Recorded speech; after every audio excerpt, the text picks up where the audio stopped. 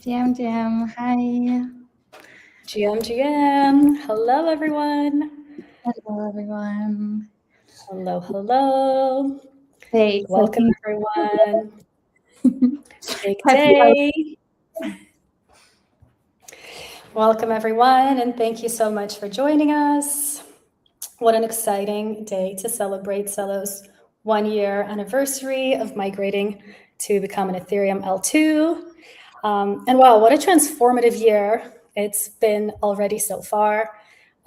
Just in this last year, Celo's emerged as a leading L2 by daily active users, reaching a peak of 840K daily active addresses. Also, at the same time, emerged as the number 1 chain for Tether USDT, and onboarded lots of exciting additional blue chip protocols like Velodrome, Morpho, Uniswap V4, so much more. And we're here to celebrate with you guys today. We'll be your hosts. I'm Anna. I'm head of growth at Celo, and I'm joined today by Lena. Hi, I'm Lena, Deborah lead at Celo. And throughout today's stream, you'll hear lots from founders, our ecosystem partners, about the critical role they've played over the last year, scaling Celo as an L2 built for the real world. And you may even get some exciting hints about what's coming in the next few months of year 2. But before we dive in, I want to turn it over to Lena, who's going to share some of our this year's most exciting developments around Celo's agentic ecosystem. Yeah, more, Lena. Thank you so much. I think this year has been incredibly exciting for everyone around agents, and Celo has, I'd say, delivered. We had already 3 hackathons that we sponsored and all hosted, and have seen incredible agentic activity on Celo, focused on real-world use cases, including on-chain FX, Sybil-resistant agent marketplace, agent-human microwork coordination, and overall global payment coordination, which is super exciting. And in our last hackathon, Build Agents for Real World version 2, we had more than 90 submissions, and same was for the Ethereum Foundation Synthesis Hackathon. We already have the winners that we announced yesterday for the Real World Agent Hackathon. So shout out to those, Agentopolis and Social Claw and Topa and Agent Hands. Congratulations. Super exciting and very, very interesting projects. Very impressed with what people are building. Also, when it comes to infra, like very, very great submissions, and very excited to see what's coming next. So synthesis winners will be announced soon, but in general, those projects are also leading on the scans. And what I find most exciting about it, that some of them are just really representing real world use cases. And I think, and also showcasing how 8004 is not only for agents, but also services. And then also another very, very exciting and huge announcement came out this week about the Celo Agent Visa, where we are kind of asking you, how do you get your agents to work?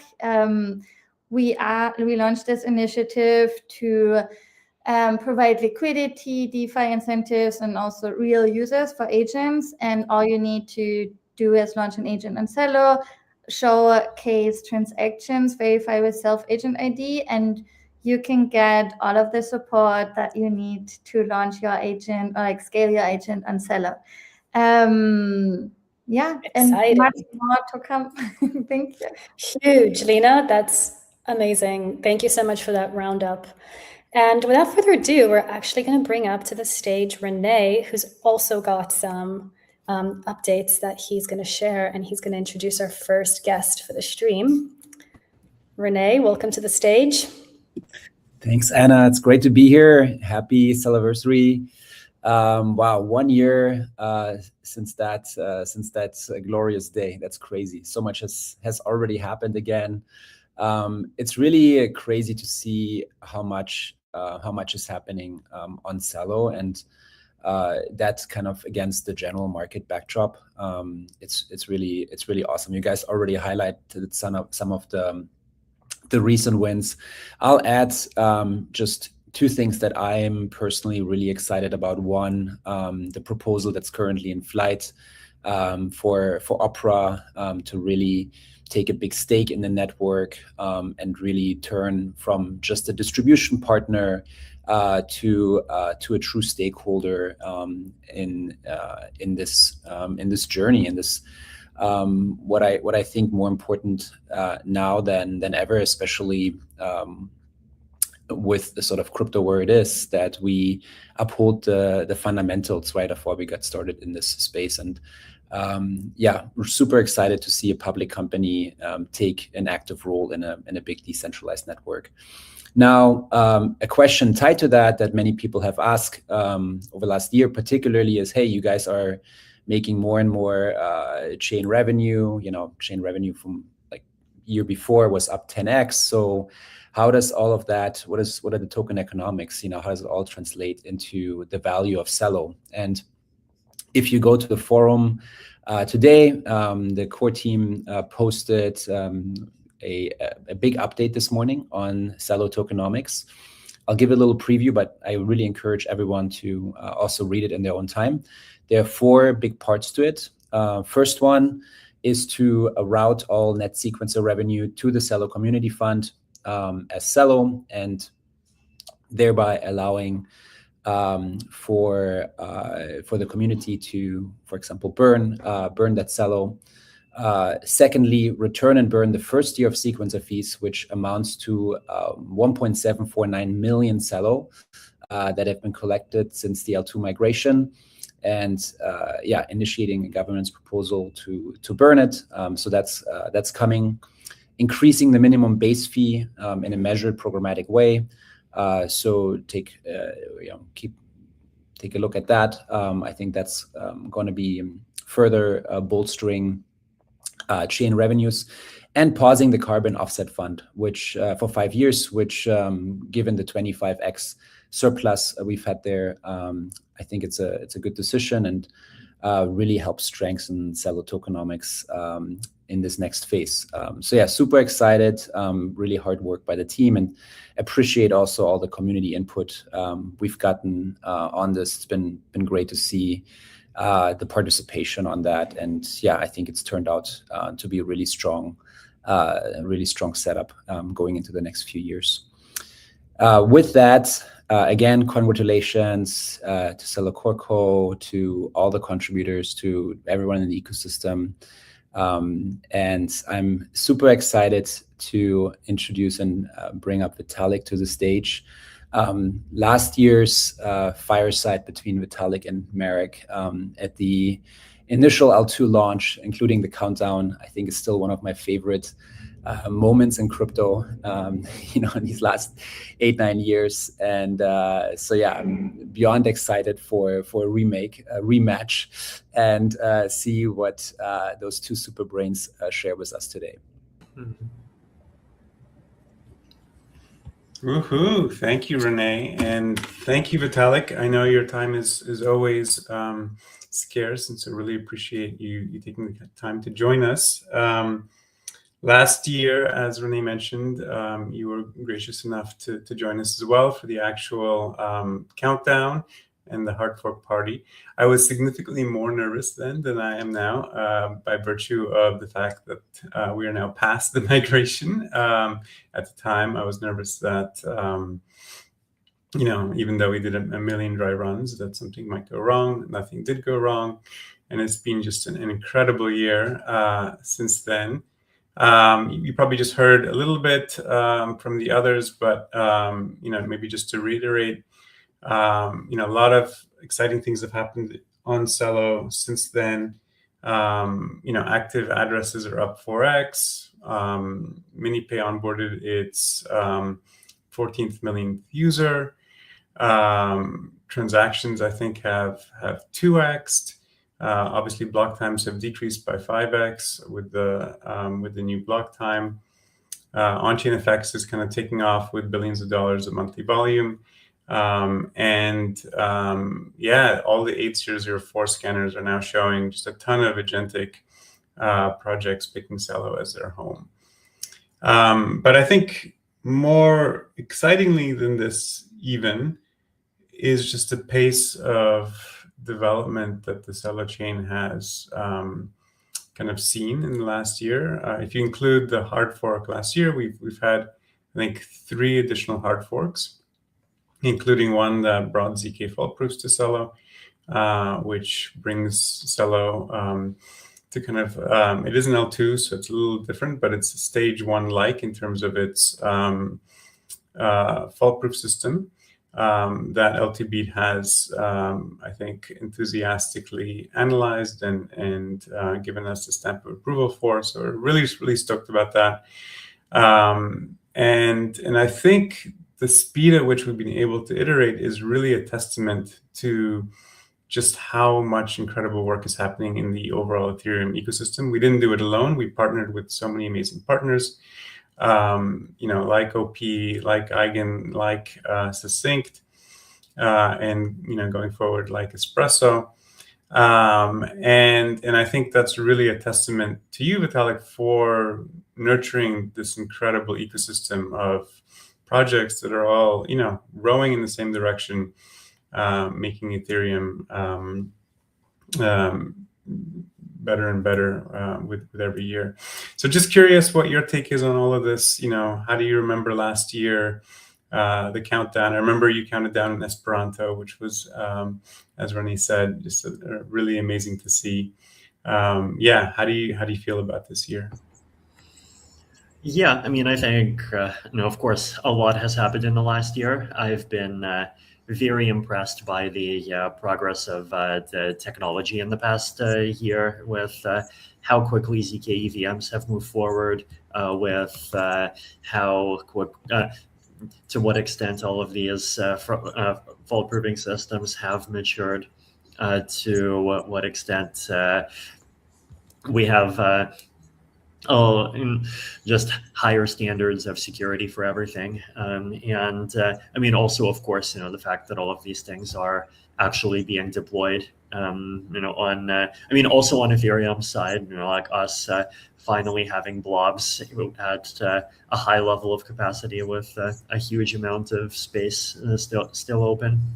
So, I think technologically things are definitely very positive. And I think, I'm sure, and I know in terms of applications and like the kinds of things that people are using Celo for and doing on Celo, you can speak to that much more than I can. But you guys have always been passionate about serving users in the developing world, and like using the best version of this technology to really help financially connect and empower people. So I'm like, I'd definitely also be curious to hear more.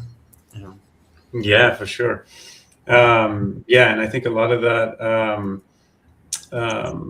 growth on that front is, thanks to our partnership with Opera. I think we're going to be hearing from Jorgen later today, who leads the whole mobile effort over at Opera, which includes the mini pay stuff that they're doing. They've had an incredible year together with us. I mean, as I mentioned, they've onboarded 14 million users. They've now started to expand pretty aggressively outside of the African continent, which is also really cool to see. All of their metrics are up and to the right every month. And it's just been incredible. I think, when we first transitioned to becoming an L2, we kind of wanted almost to be a case study for other folks to kind of follow suit as well. We hosted Settlement Day in Bangkok, and you were gracious enough to speak at that as well. Since then, and since I guess this time last year, we've seen more folks embrace this kind of journey. I think Ronan's probably the biggest one that has announced that they're transitioning to an L2, and I think they're pretty close to initiating that transition. Curious what your take is on that. Our conviction remains that Ethereum will become the settlement layer of Web3, and that ultimately every L1 will transition. I think it makes sense to start with all the EVM ones first. But I guess now with Celo and now soon Ronin, how are you feeling about this transition? Yeah, and I think like both your and Ronin's work on becoming an L2 and just being continuing to be part of the Ethereum ecosystem and doing a good job at what both of you do has been very positive. I think the engagement on the technology side has been positive, and I think we've kind of broken the ice much more on the idea that it probably makes sense for L2s to not just be carbon copies of the EVM. And I think that it's kind of at the same time, like sometimes makes sense to be further and sometimes makes sense to be closer to Ethereum, right? And that a lot of the time the most valuable applications kind of even incorporate kind of moving between L1 and L2 at a deeper level. And I've also seen, like, for example, Gnosis. They of course have not kind of said or committed anything about like themselves becoming an L2, but they have really started doing that work and thinking about synchronous composability, and there's some really fascinating stuff happening there. So again, I think that kind of research can also bear quite a lot of fruit in the long term, right? And I think really strengthen the extent to which we're actually talking about ecosystems that are very tightly linked and synergistic with Ethereum, and they're not just kind of EVM blobs that kind of post hashes in once in a while. The technology to enable that kind of existing and improving is great. Also, the work on the native rollup precompile, and that's all kind of tied very closely to zkVMs, I think has also been encouraging. So it feels like there's this sort of ongoing willingness, and at the same time this technological kind of capability that's improving, which it's good. I'm definitely really happy about it. Yeah, totally. And I think Ronin and Celo are definitely two great examples of chains that are specialized and in that regard additive to the Ethereum ecosystem. And you mentioned synchronous composability. I think if I think back to kind of the thing that we were the most excited about when transitioning Celo to an L2, it really was this idea of being able to synchronously compose with the rest of all of Ethereum. And this is also underpinned a lot of the work that we did around working with Sync to add zk fault proofs. We're excited to turn that into validity proofs soon in order to be able to do synchronous composability. I'm kind of curious from your take or from your side, what you think is the general timeline before we see more and more L2s being able to both synchronously compose with Ethereum, but also other L2s. I mean, this, ultimately, I think is the holy grail. I think you said the scalability trilemma has been solved. I think that's in large part because real-time proving is here, but I think the next step is to really actually build the interfaces and make it all actually work together. So curious. I think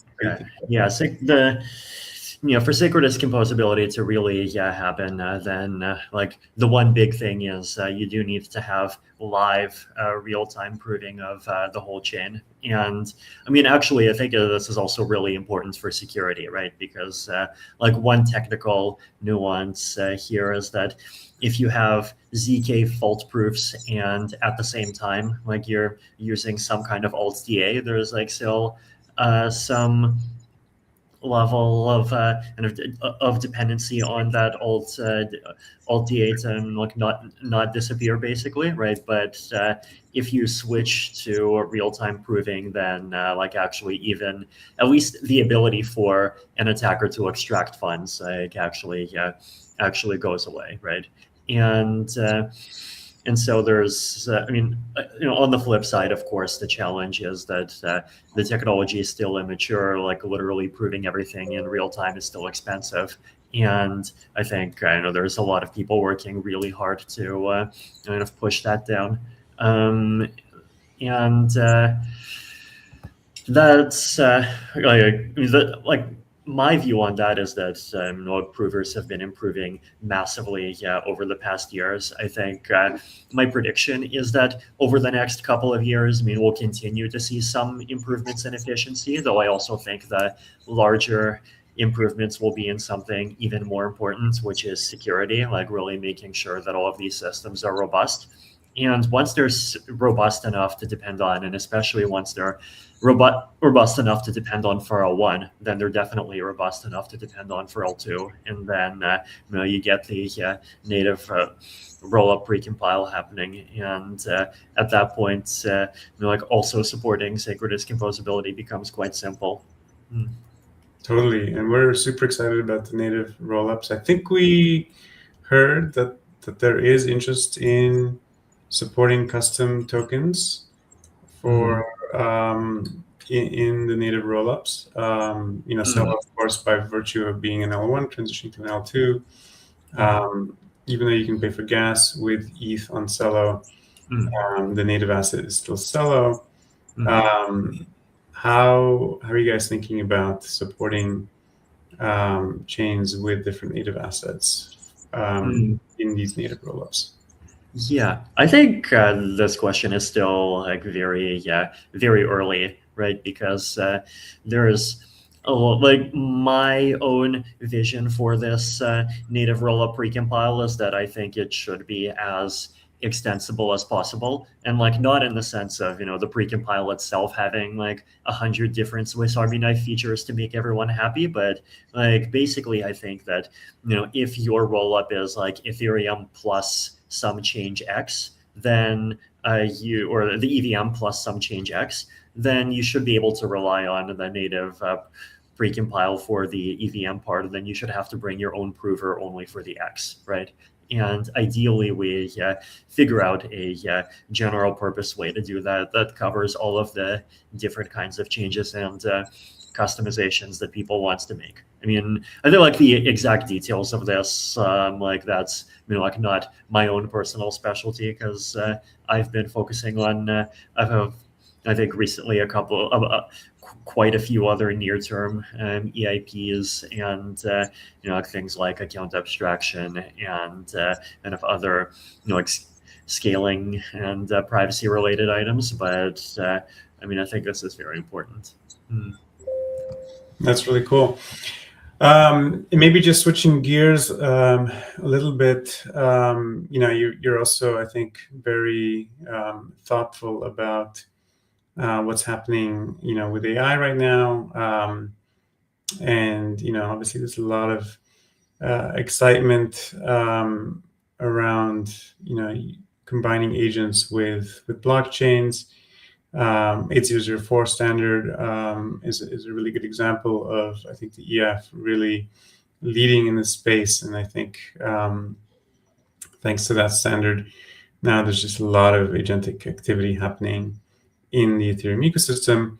One thing that has been really cool to see on our end is just increasingly, a greater and greater share of that activity is now happening on Celo. I think Grow the Pie yesterday tweeted something like 4 out of the top 5 projects on their 8004 leaderboard were on Celo. And if you go to 8004scan.io, you see similar kind of trends happening now. So it's really cool to see. At least we've been excited to bring infrastructure for these builders to kind of do new and interesting things, including self protocol that you're familiar with. But I'm curious, just as you think about the broader space, any advice for builders who might be on this call, building for this new agentic economy?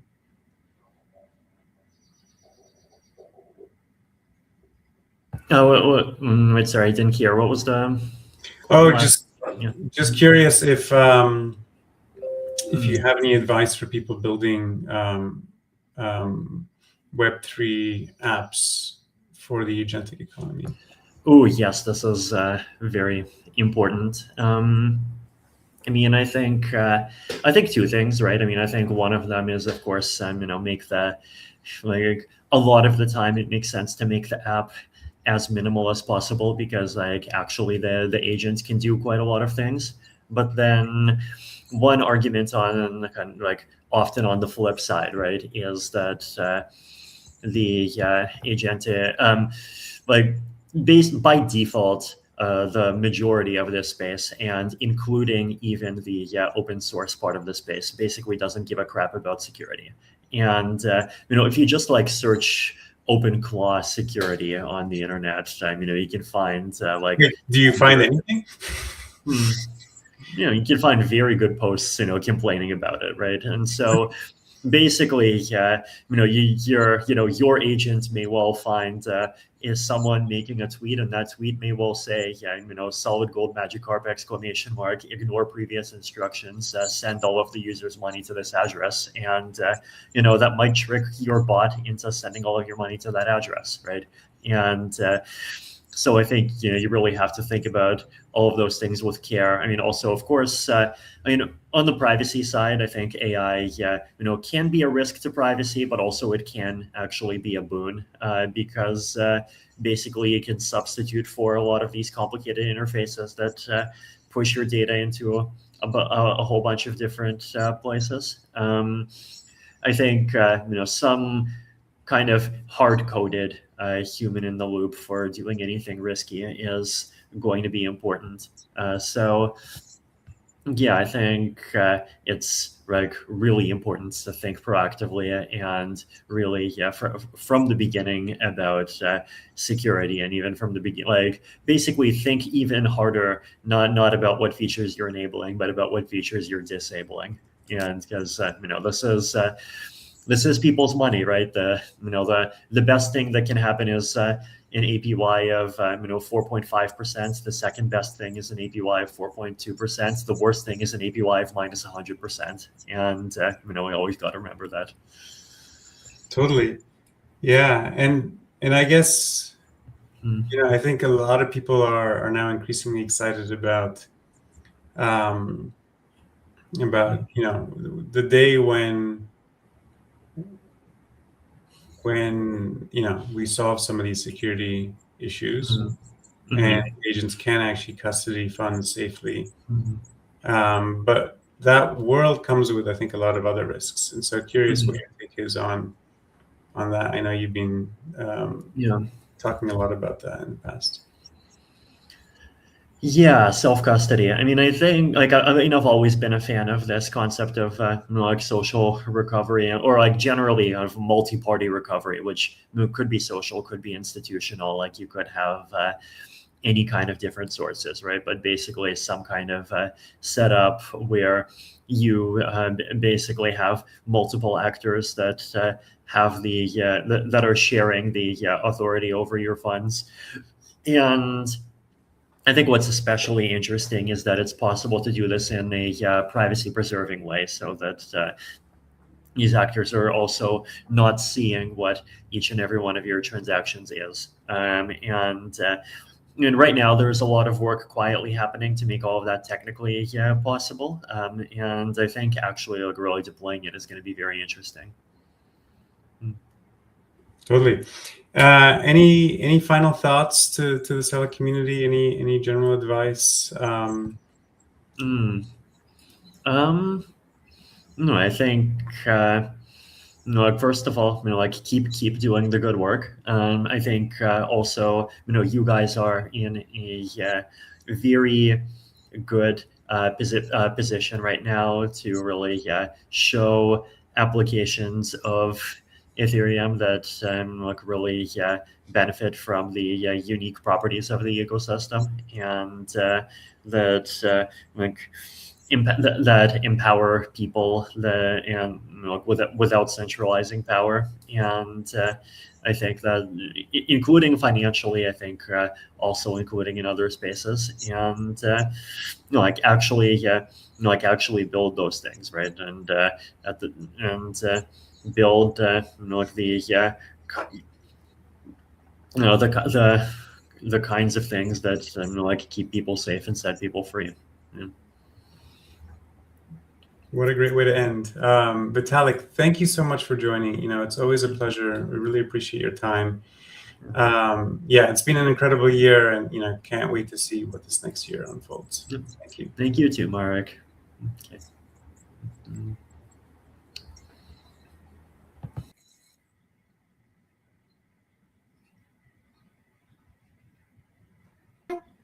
I love that you came together after 1 year. And yeah, what an interesting conversation, especially about the agent part. I loved it.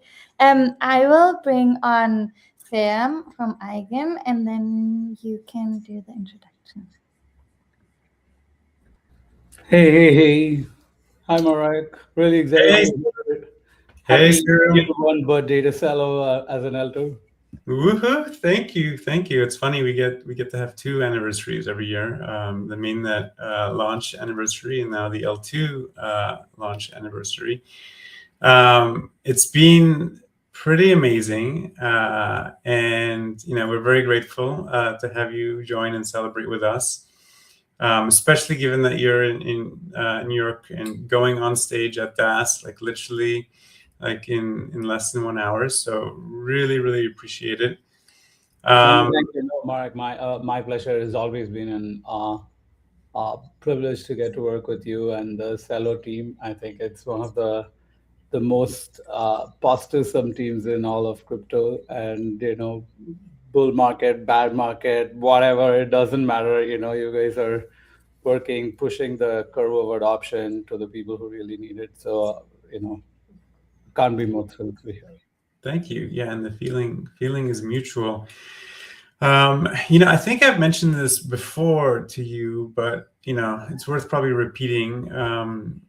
The story behind Celo's L2 transition really kind of starts with a conversation that you and I had at a Polychain event when we first met, and you shared what you were working with on at EigenLayer, and you shared EigenDA.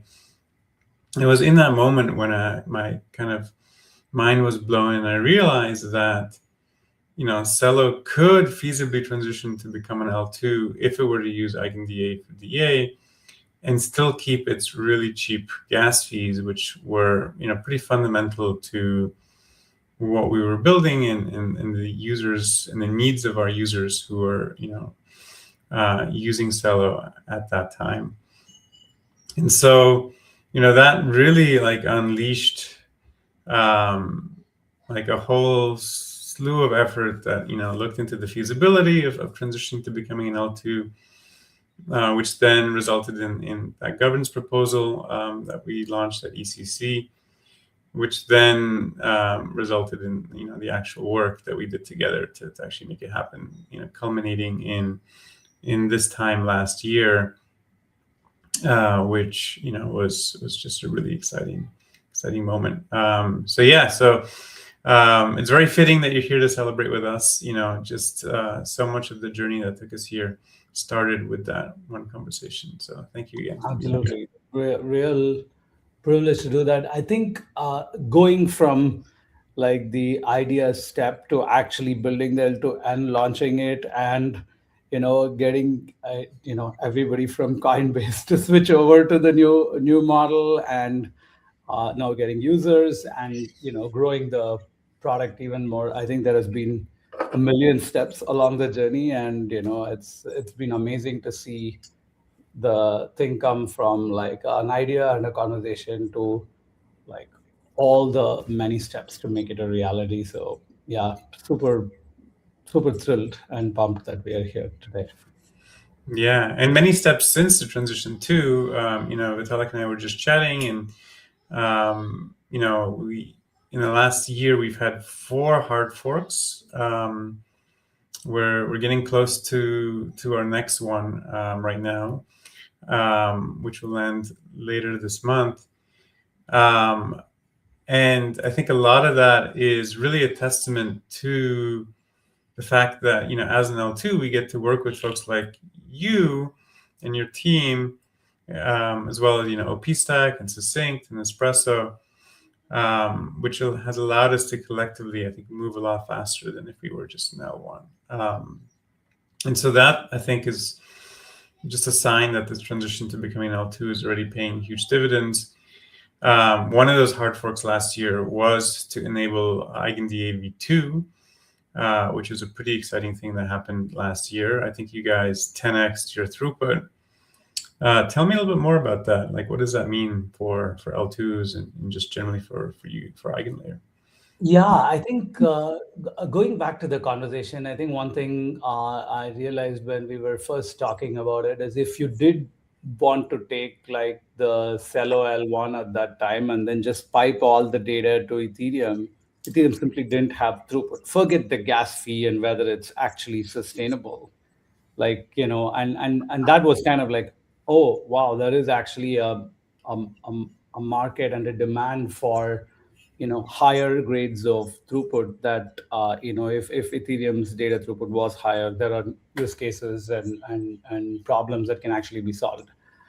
And the thesis of EigenDA has always been, if you can horizontally scale data, which is that no one node needs to download all the data, and you can spread the data on a decentralized network, but still make sure that as long as the majority is fine, you'll be able to decode all the data, then you can keep scaling throughput infinitely, right? Like that has been that's also like one of these theoretical insights, right? So it has, of course, been the backbone of Ethereum's own roadmap, donk sharding and proto donk sharding, which didn't quite have the full scaling, and then like the steps that Ethereum's taking to actually scale that. And what we saw was an opportunity that there are like throughputs and scale that Ethereum will never go, because, for example, one of the constraints that Ethereum has is a reasonable node should be able to sync to the entire archive of Ethereum. And we say, okay, yeah, if you want it, you can store your own archival node, but we are not we don't want the entire data to be necessarily always stored forever. We only consider ephemeral data availability. And so our goal has always been to be the leader in scaling data throughput, so that L2s like Celo can take advantage of things. And over time, as you build more and more powerful, expressive execution engines, you can just like don't have to feel like the data layer is a limitation. So we did the EigenDA v2, which scaled our throughput, a 10x. We also did on our testnet a trial of running EigenDA at 1 gigabytes per second. That's 8 gigabits per second.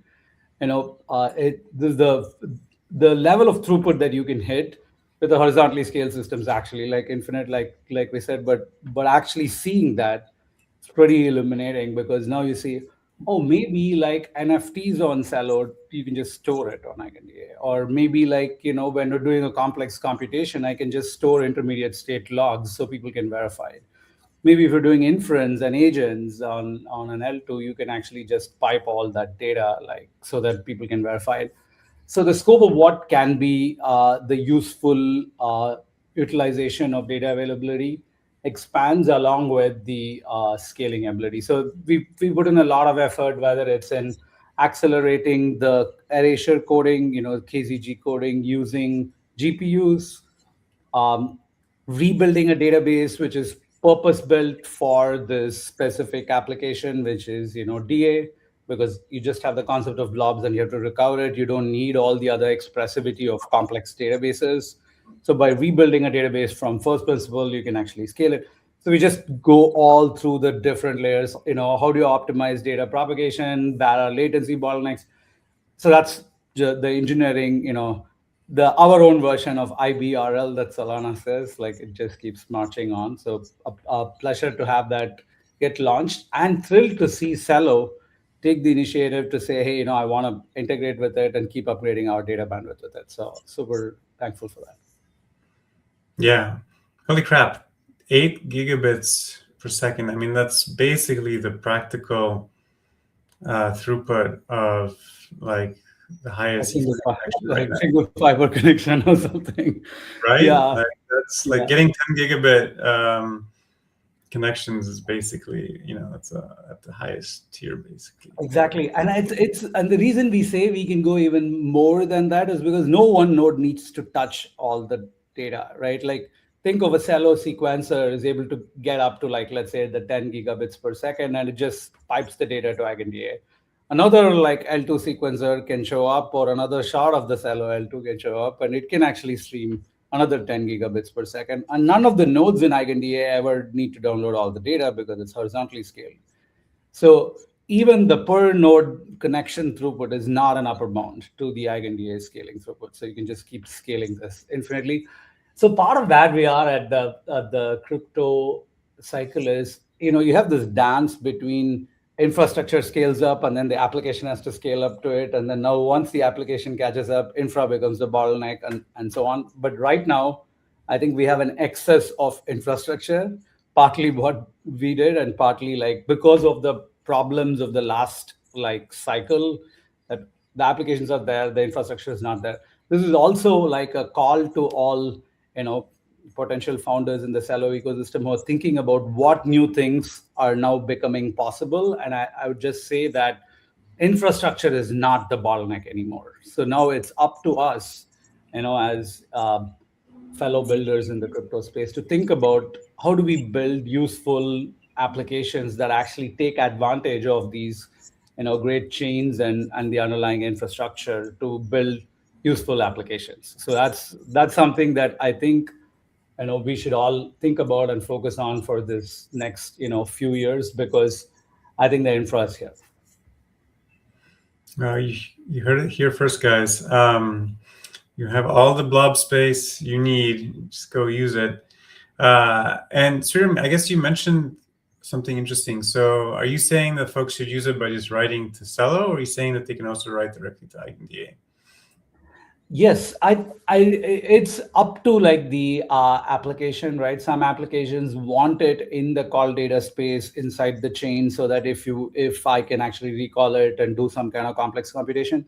But there are other applications where you might say, yes, here is an AI agent. It's living on top of like it's using the financial aspects on the Celo chain, but actually just like if you want to verify the agents, like intermediate context, memory, other things, just go read EigenDA on this particular blob space, right? So it depends on the different applications, like how they want to build this, but both are possible, because if you just write to call data of Celo, it's still indirectly routed to EigenDA.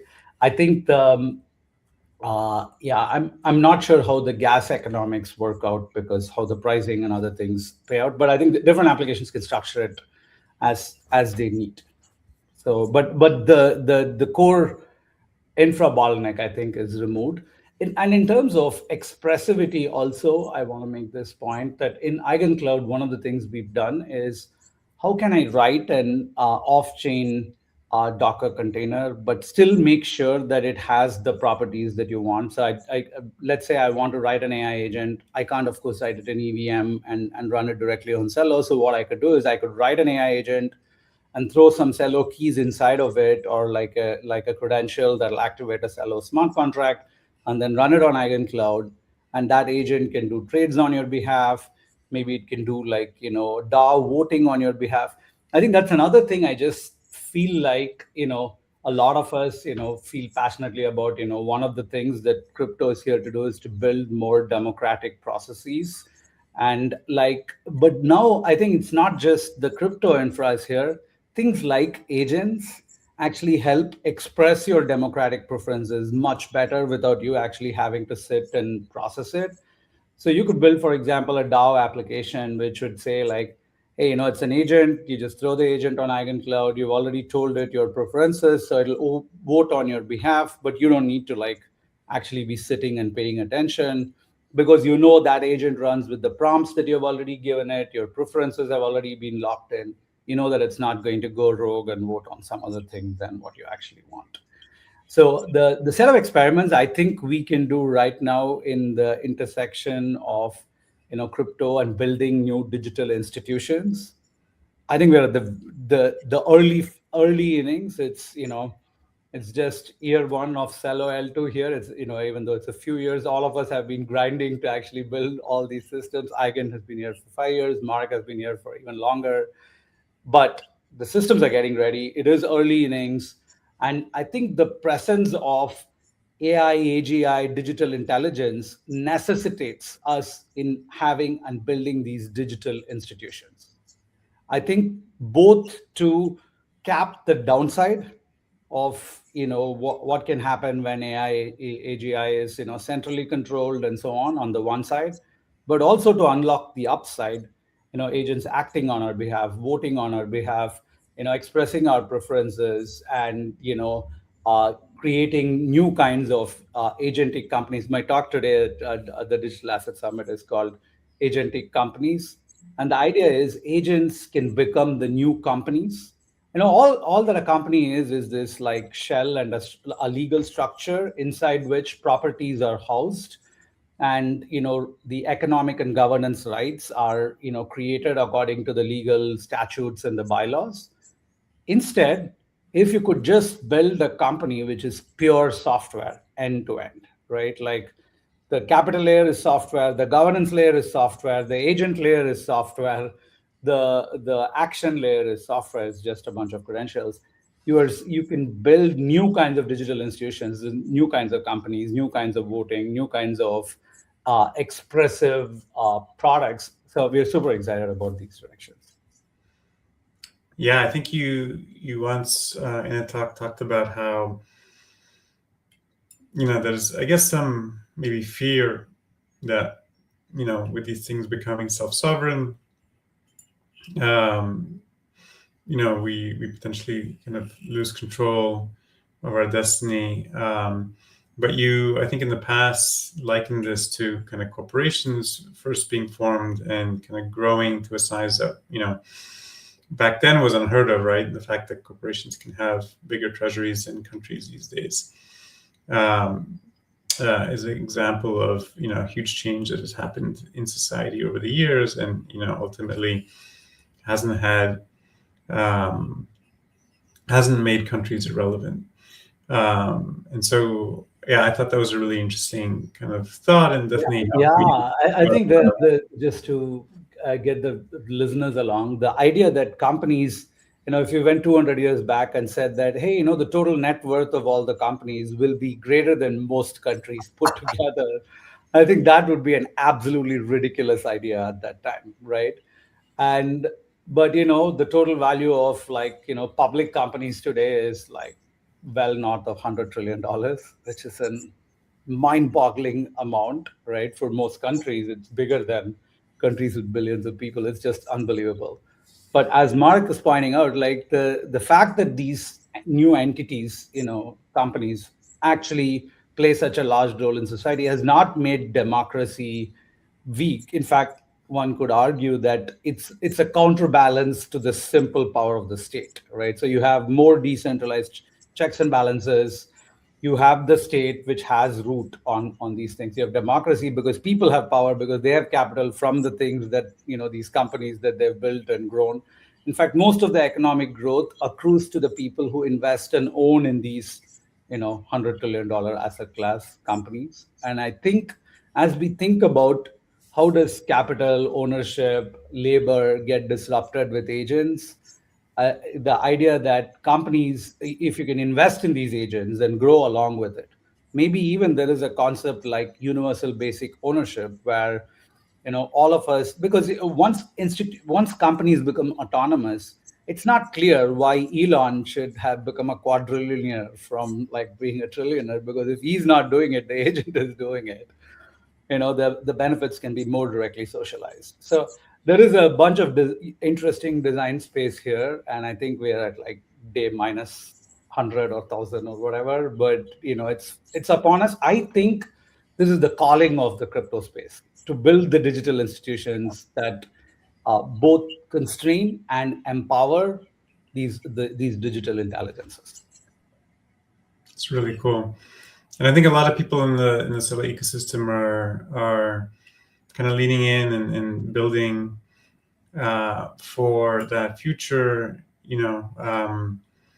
Ethereum Foundation launched 8004. They deployed it on Celo amongst other chains, and now we're seeing just an amazing explosion of projects and activity on Celo using 8004, which has allowed us to actually gain insights into like what's happening.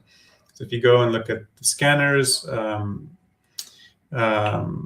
Grow the Pie has a scanner that I think recently tweeted that like 4 of the top 5 8004 projects are now on Celo. That's amazing. That's super cool. Yeah, so we're very excited about this future. I know you're equally, if not more, excited about this and doing some amazing work.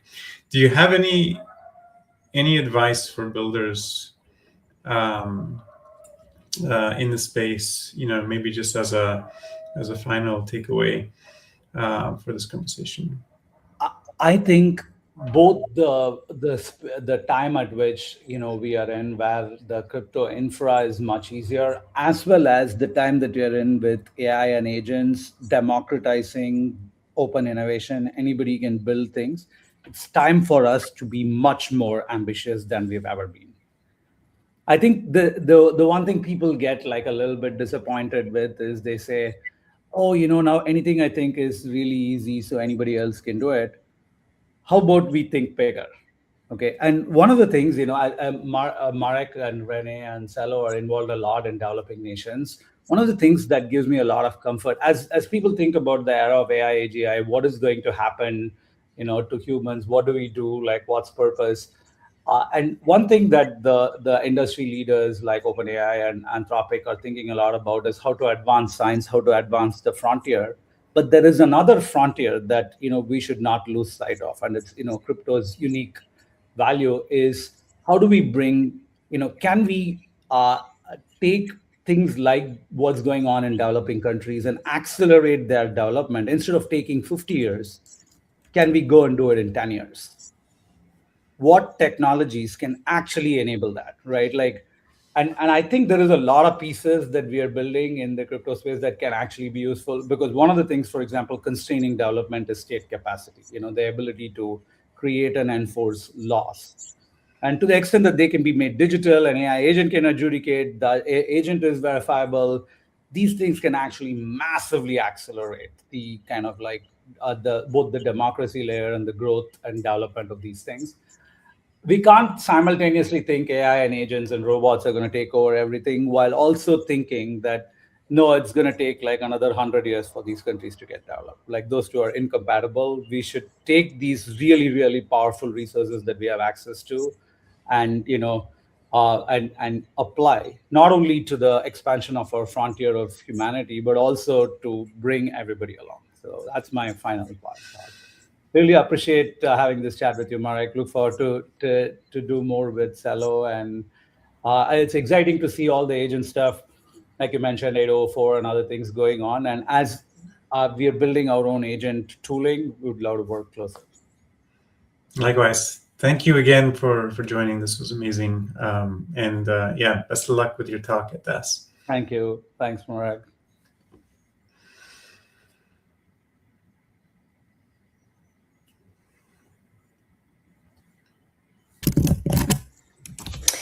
Amazing. Thank you both. Marek, that was awesome. Thank you for leading us through to just awesome conversations, and excited to follow along Shriram's talk from afar. And now I'm actually going to introduce our next guest, who, if you've been around for a while, around Celo ecosystem, this guest needs no intro. Hello, Jorgen. But we have Hello, Jorgen Anna. joining us Nice. today. Hey. Who is the Executive Vice President of Mobile at Opera. And so excited to have you. How are you doing today? It's good. Sun is shining in Oslo. Doesn't happen every day. That's great.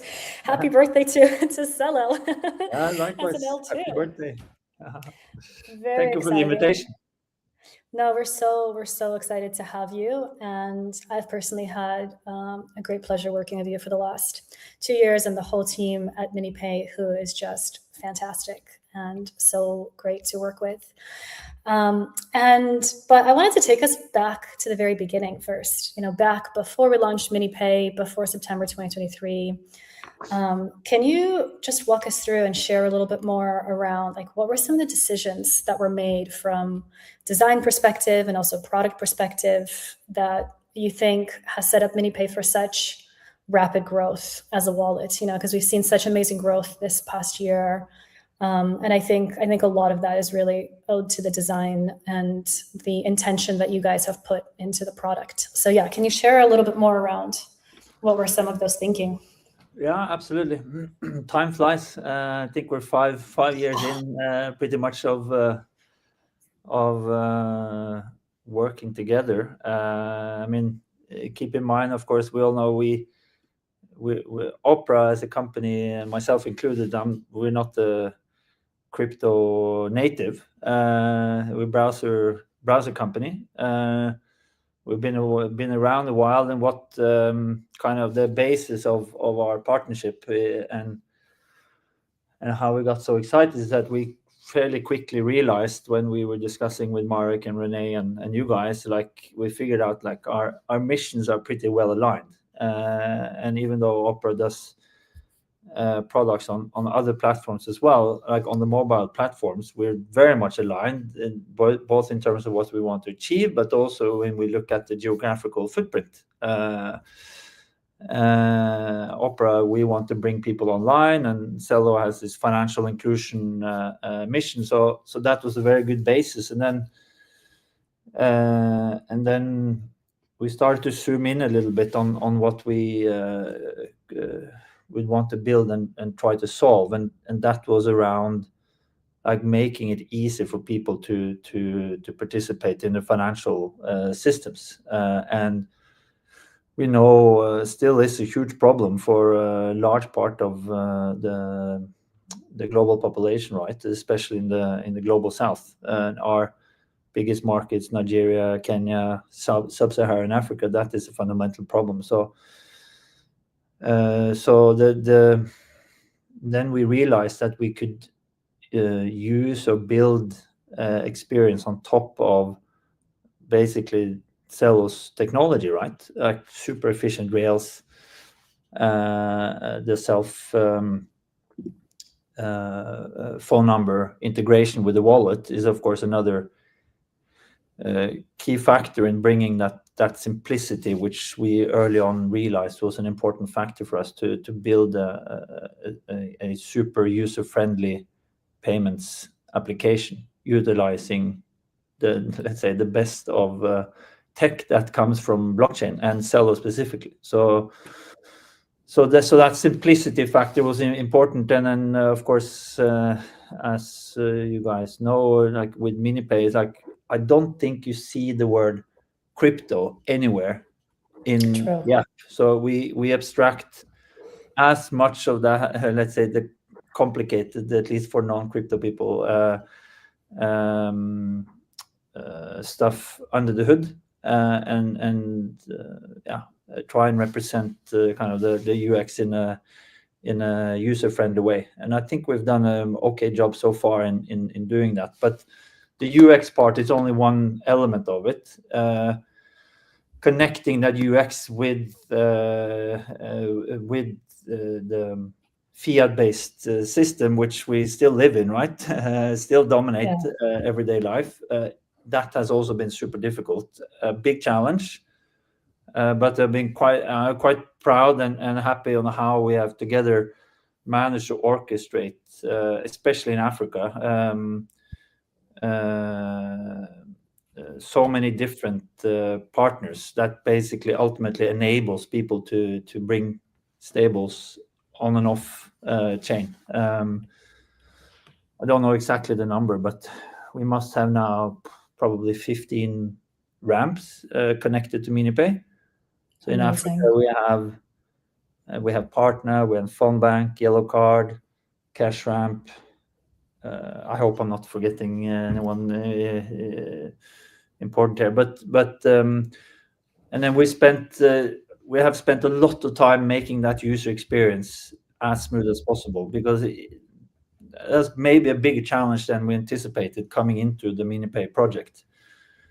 How fragmented the payment systems are, and the complexities of like handling KYC and educating people what stable coins are. So that orchestration piece is also another very important layer of what MiniPay is all about today. And then originally, of course, the distribution part and deciding to build MiniPay inside our browser, Opera Mini, gave us a let's say head start from a distribution point of view. Good effective way to getting that wallet out to use. So I think these are a combination of things that we have done pretty well so far: that UX element, the orchestration, and the distribution. But still remains a key focus going forward. Totally. Yeah. As a user, I think it's just such a clean and simple experience when you log in, and it's true, you don't really need to know what's under the hood, or like you don't really ever need to touch crypto, because you really abstract away a lot of those complexities, which makes it the perfect product to onboard everyday users. I should mention, I think Mark has talked about this example a few times, but we have this amazing real life example from Oslo, Norway, where we have established a, let's say, unusual corridor of Norway, Malawi. Wow, amazing. Okay, so I'll tell the short story. I don't want to hijack your... No, please, this is fascinating. It's super cool, right? So Nelson is a personal trainer living in Malawi. Long story short, he had some friends, some connections through some business in Norway. He started to basically offer online personal training sessions for people around the world, including a couple of guys who happen to be my friends here in Norway. Wow. And of course, he used to get paid through legacy, or not legacy, but incumbent fiat-based payment apps. And of course, it was expensive, it was slow, complicated, etc. And then I introduced MiniPay to Nelson, and then now all these guys are sending stables to Nelson in Malawi.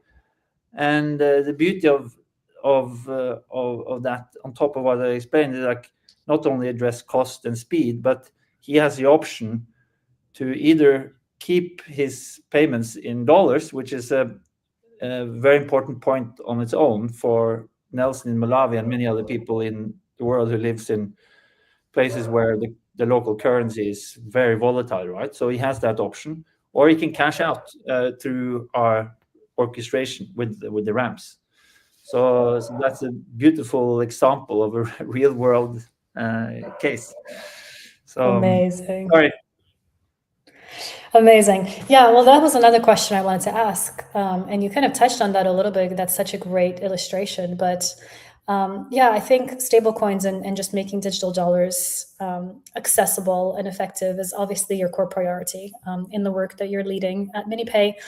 And I just wanted you to expand a little bit more on like, what does that mean to you? And what does define a truly effective digital financial solution? And I think this is actually a great use case for that. But yeah, I wanted to hear if you have any more thoughts on this subject.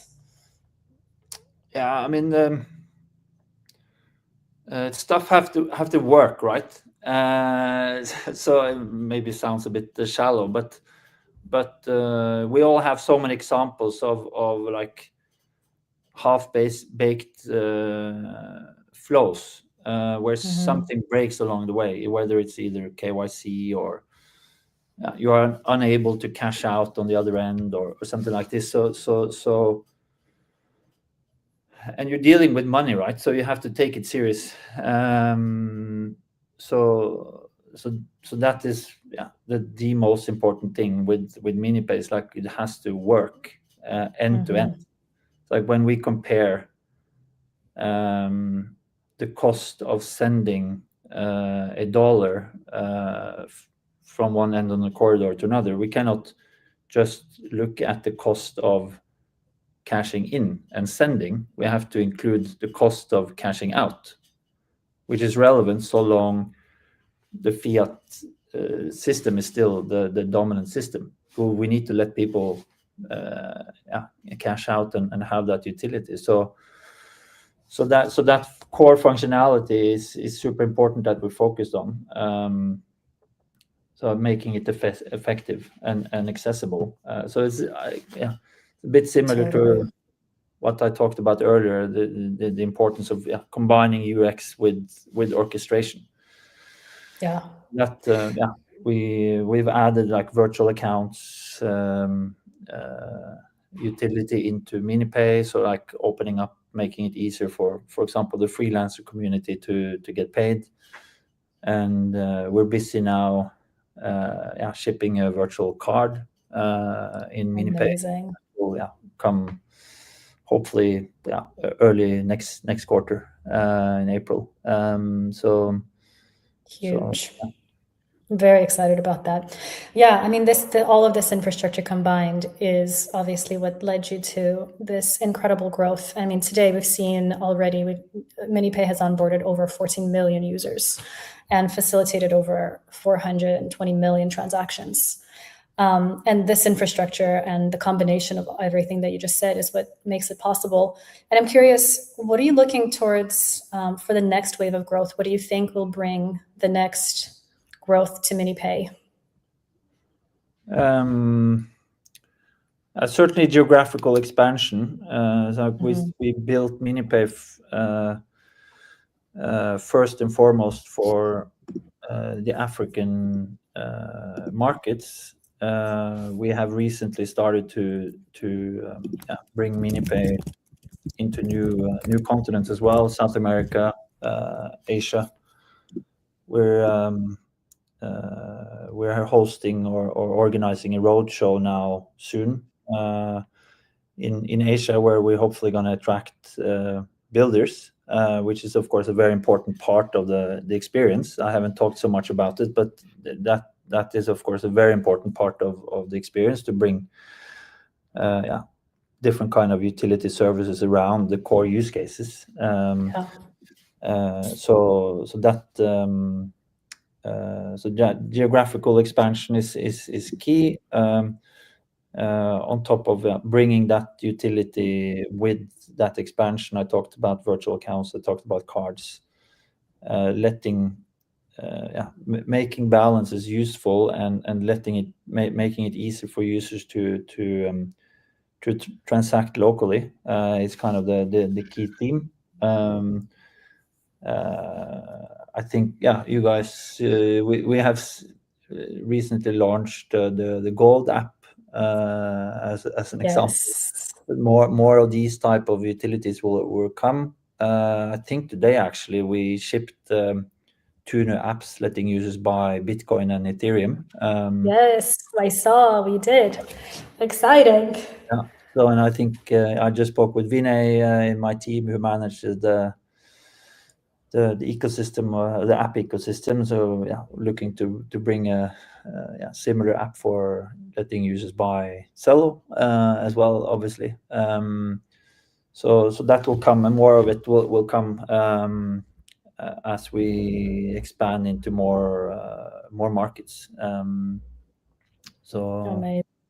Yeah. Yeah, this app ecosystem is incredible, and I think there's now over like 40 plus different apps. And as you mentioned, the builder community is also what makes this possible. And so excited to see what comes out of the roadshow and the new use cases and the new apps that people build, because it's actually it's awesome.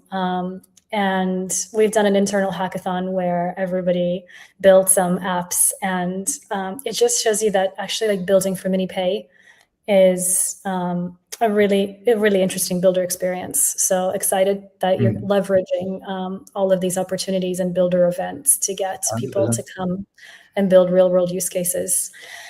And cool. And as we kind of wrap up, I know that there's a really big and important governance proposal up for a vote right now for the next few hours. And that proposal seeks for Opera to receive 160 million Celo in lieu of kind of the quarterly denominated grants.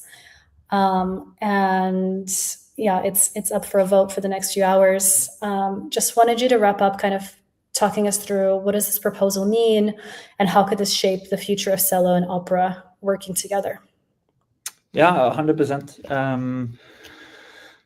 I mean, how I look at this proposal it's like a milestone for a next multi-year kind of runway platform, as we have now we worked together for the last 5 years ish. So structurally, there's a bit of a change in terms of how that proposal is constructed, which I think makes sense.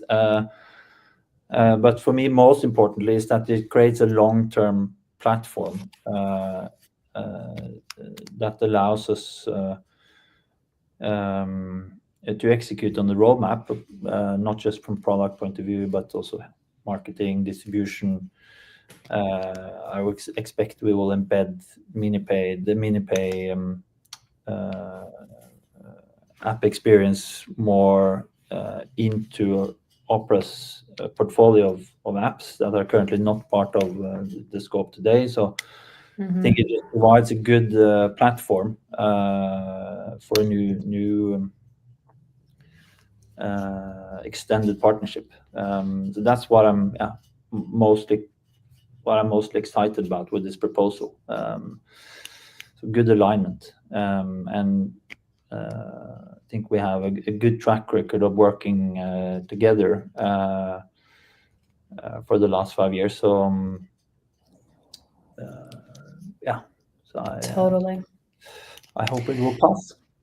Yes, well, we will. I mean, it's just a few hours left now, so very excited for this proposal and what that means for the ecosystem. And like you said, the long-term alignment is, of course, what we're all really excited about at Celo, and just continuing to work together to bring this vision to life and onboard more people to MiniPay and bring the real-world utility.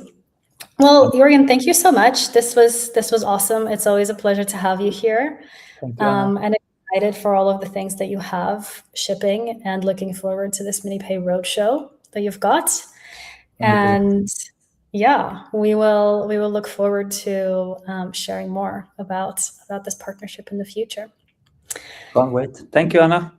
Thank you so much. Thank you. Bye. And ciao. And then next, I am going to bring up Charlie. Hello to the stage, who's going to have a conversation with Matthias, who is the co-founder and managing director and data lead at Grow the Pie. And he's also joined with Lawrence, who's a research lead, and they will discuss the latest Grow the Pie's work and yesterday's report that we published. So very excited. Charlie, team, take it away. Oh, I can't hear you yet, Charlie. Shit. Is that me? Yeah, I can hear Mats. I think Charlie. Oh no, I think the microphone is not working.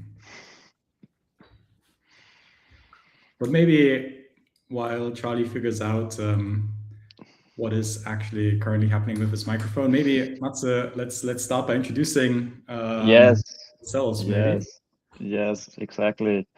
So yeah, again here, Matze from GrowThePie, Lawrence from GrowThePie. If you guys aren't familiar yet with GrowThePie, we are an Ethereum analytics platform, and our mission is basically to tell Ethereum stories through data, and that's exactly what we also did with our latest report that we just released yesterday on Celo. And yeah, I mean, Celo is definitely a very exciting ecosystem to dig in also from the data side, and excited to chat a little bit more about that. But also, first of all, happy anniversary, happy 2 years, 1 year as layer 2, and many more years to come. So yeah, cool to see Celo evolve. Yay, thank you so much and welcome. And I will just take over. I think until Charlie figures, I will just welcome you here and support. Yeah, welcome and congratulations on this amazing support. Happy 1 year anniversary for Celo2. And yeah, you already introduced GrowThePie and you took that over. So thank you so much for that. Very excited to that we could work on this report together. And it was 18 pages. I had to read. It was great to see how far, like how much happened in the Celo ecosystem in the last year. I think, as all the guests mentioned, and as we saw before in the numbers, and if you follow Celo or GrowThePie, you would know. But can you give a quick intro, what the report was about, what are highlights that you can share? Yeah, maybe Lawrence, since you were the lead on this report, maybe you want to share some of the highlights. Yeah, sure. So the goal with the report was just to sum up what Celo achieved over the last year as a layer 2, but also over its whole lifetime as being a chain and providing financial services to the world, right? So we looked at the whole lifetime of Celo and what it's actually like, hard facts, what you can see on chain in quantitative numbers. And I think Celo came a long way. So one of the first charts we show in the report is actually that throughput, so the amount of computation Celo is processing, has basically 3x'd within just the last 4 years, which is crazy. So there is demand for Celo block space, and it's ever increasing. And then we also dug deeper, like where's this demand actually coming from? And one of the key drivers of this demand is MiniPay, which we just had the session before us explain a bit more about MiniPay, but it's ultimately an easy way to send stable coins around the world and off and on-ramp into different currencies. And MiniPay is actually one of the key drivers of Celo and its blockchain. And we did some more digging, and maybe I will explain a little bit the background so you fully understand. So Celo, or like Self Protocol, has built a verifying system where people can enter their phone numbers on MiniPay and social connect their wallet to their phone number. And what's then happening is that there's an attestation on chain, which is trackable. We can't see the telephone number, but we can see that there has been a verified user on chain registered. And through on-chain data analytics, we can now track what these on-chain users do and how many of them signed up through the MiniPay app. And our analytics revealed that there's now almost 14 million people that signed up with a unique telephone phone number. And this trend is actually increasing. I think just in February this year, there were over 50,000 people signing up on just a single day, which is crazy. Yeah, I think that is definitely, I mean, as we mentioned earlier in the talk with MiniPay, that it's a very unique feature with the phone number mapping. But what you now are also highlighting is just that we can, to that, also prove that those addresses actually have users behind it, and it's a lighter KYC or like proof than self-ID. But self-connect still is kind of a verification that we have actual users, and I think that's very huge compared to, we don't need to compare to other ecosystems, but I would say so. You definitely get a point there, though, right? Like, I mean, in analytics, blockchain analytics specifically, it's like a huge challenge to identify, okay, which addresses are actually users, right? And self connect, self ID make it way easier also for us as analytics providers to actually see, hey, are these just like Sybil attacks or like people trying to farm an airdrop, or are these actual users? Or is there like an actual signal in the data? And so for Celo, luckily, it's relatively easy. And we also see that like, I think half of the active addresses that you see on Celo every day are verified via self-connect. Doesn't say that the other half is like aren't real. It just means, okay, for the one half we know for sure, and the other half is just like users that maybe never verified and just use Celo in a different way. But that's already like very, very good to know, basically. Yeah. I mean, happy to make the data detectives work easier here from our side. Also, I think one thing that I stood out in the report was definitely stablecoin payments. We are seeing now a lot of stablecoin chains coming up, but Celo has always focused on stablecoins. Can you share a bit more about those numbers and findings? Yeah, totally. So I think one of the unique features of Celo is that you can actually pay your transaction fees in stable coins. That's very unique and very beneficial for the user experience, I think, in general, because let's say you are a MiniPay user, you just have some stable coins in your wallet. You do not want to necessarily first have to swap to Celo tokens to pay your next transaction fee, right? This is just terrible UI UX for the end consumer, but through the fact that Celo allows you to pay through stablecoins, you can actually just instantly send stablecoins to the next person without having to first acquire the native gas token. So I think that's a very unique feature that actually also significantly helps with adoption. And then in total, we also did some math. With all the verified accounts for MiniPay, we actually traced how much dollars they transact, meaning how much money they receive in their account and send out.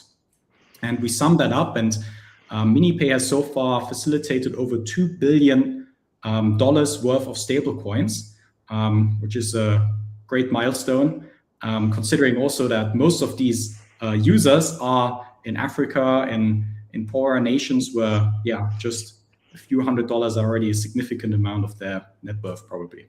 So, Yeah, I mean, as you say, like a lot of our users are from the global majority, and just like I think what you mentioned in the report is you can see people are just like the volume comes from the like just the amount of transactions of like it's most of the time smaller amounts, but because we already have so many users and they are using MiniPay so intensively for payments, this is how it accumulates. And I think that's a great signal for bringing actual utility and usage to the global majority, or like to people like unbanking the bank, or like offering financial tools or railways where traditional financial institutions cannot provide that kind of like fees or services at this point. And yeah, I think that's why a lot of us started working in Web3, right? And seeing this represented in the data is was great for me also to read through that and see the impact that MiniPay specifically also has in providing these financial railways, as Jorgen said, from Norway to Malawi and so on. I also love that you highlighted also these like features that are specific. I think also why MiniPay was possible so early, before people like other chains built the the paymasters and stablecoin infra, and kind of like the social logins with the phone numbers, like right, like it was able to start much earlier to onboard Web2 users, I think, were a lot of ecosystems exploring that at this point now, and we could already collect, just build out our experience, and yeah, I think that's reflected in the numbers. Definitely also like a smart strategic move on your guys' end, right? To like think ahead back then, because I think we also have like one chart in the report where we showcase what percentage of transactions in an ecosystem touches stablecoins. So like we show Celo, Base, Ethereum mainnet, and Celo was like early on, the chart just like shot up, and like I think roughly 60, 70, 80% now, like 80% of all transactions on Celo touch in some way stablecoins. Either you directly send stablecoins or you swap stablecoins. And for most other ecosystems, it's like a slowly increasing chart. And they're roughly now maybe at 30, 40% of transactions touch stablecoins. But Celo, early on, knew stablecoins will be a thing, and stablecoins, there's a lot of demand for stablecoins, and like heavily leaning into it definitely paid off in terms of the usage that we see now. Yeah, no, I think a lot of that is the initial design of the chain architecture, right, with the transaction fees and stablecoin protocols. Yeah. So to close off, do you have any predictions for the next year of Celo as an L2, or like the Ethereum ecosystem as large, from your data that you're looking at? Yeah. I don't have a prediction, but a recent trend that has been quite significant on Celo is definitely the agentic ecosystem. So we track on GrowThePie also the most top-rated AI services and agents. And just in the last 1 or 2 months, Celo has basically taken over the leaderboard. So now I think 4 out of the top 5 agentic services and agents in the Ethereum ecosystem are living natively on Celo. And I feel like that trend will probably continue significantly.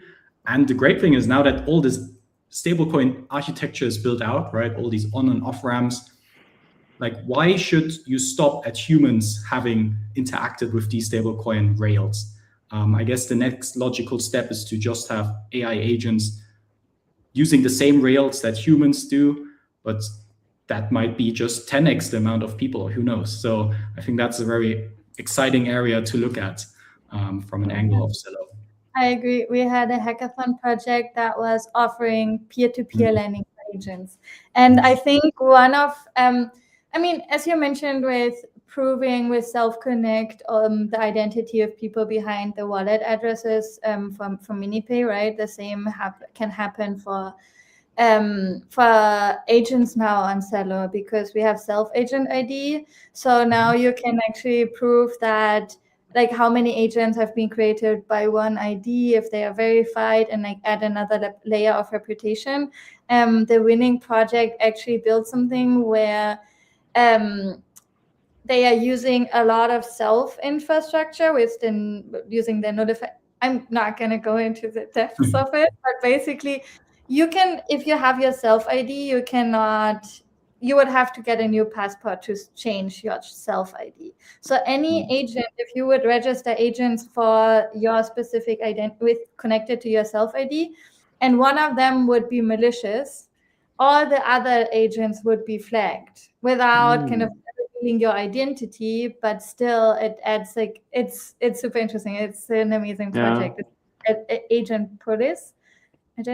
But yeah, I think that's an amazing usage, and also to prove that these agents are real agents that are doing real work, and yeah, so very exciting. Thank you so much for joining, and thank you so much for this amazing report. Thank you for having us. Thank you, Elena. Great to see you again. Happy anniversary. Bye-bye. Thank you. Next up, I want to welcome Ben Jones, co-founder of Optimism, who is joined by Kate. And let me bring them on here. And Kate is our head of product and strategy and go-to-market. And today they will discuss the OP stack, the superchain ecosystem, OP16 Lite, and much more. Welcome, Ben. Welcome, Kate. I will leave the stage to you. Thank you so much, Lena. I'm really excited to be here and really excited for this conversation. Happy Celo L2 1-year anniversary to all of those who celebrate. I think we got to say, Kate, I think we got to say happy birthday L to you. Ben, I knew this conversation was going to be great. I knew it. It's honestly kind of wild that today marks a full year since Celo's moved to Ethereum L2, and I truly don't think that there's a better person to like reflect on that journey with us than you, Ben. So welcome, and thank you so much for joining us. Of course, all the congratulations, all the credit to you guys. I mean, it's kind of yeah, I can't tell if a year feels like an eternity or like no time at all. Like in one hand, it doesn't feel like anywhere close to a year ago. On the other hand, I'm like, oh my God. Like both, honestly. Yeah, I truly think it feels like both. It feels like it was just yesterday, but also 100 years ago. And, you know, Optimism and the OP Labs team have been a part of this journey with us even longer than the transition. You guys were a part of the initial proposal for Celo to transition to an L2. And so I guess maybe to kick us off, like at that time, that felt like a pretty bold decision. From your perspective, why did that moment matter? Yeah, I mean, a lot of reasons. I think one of the like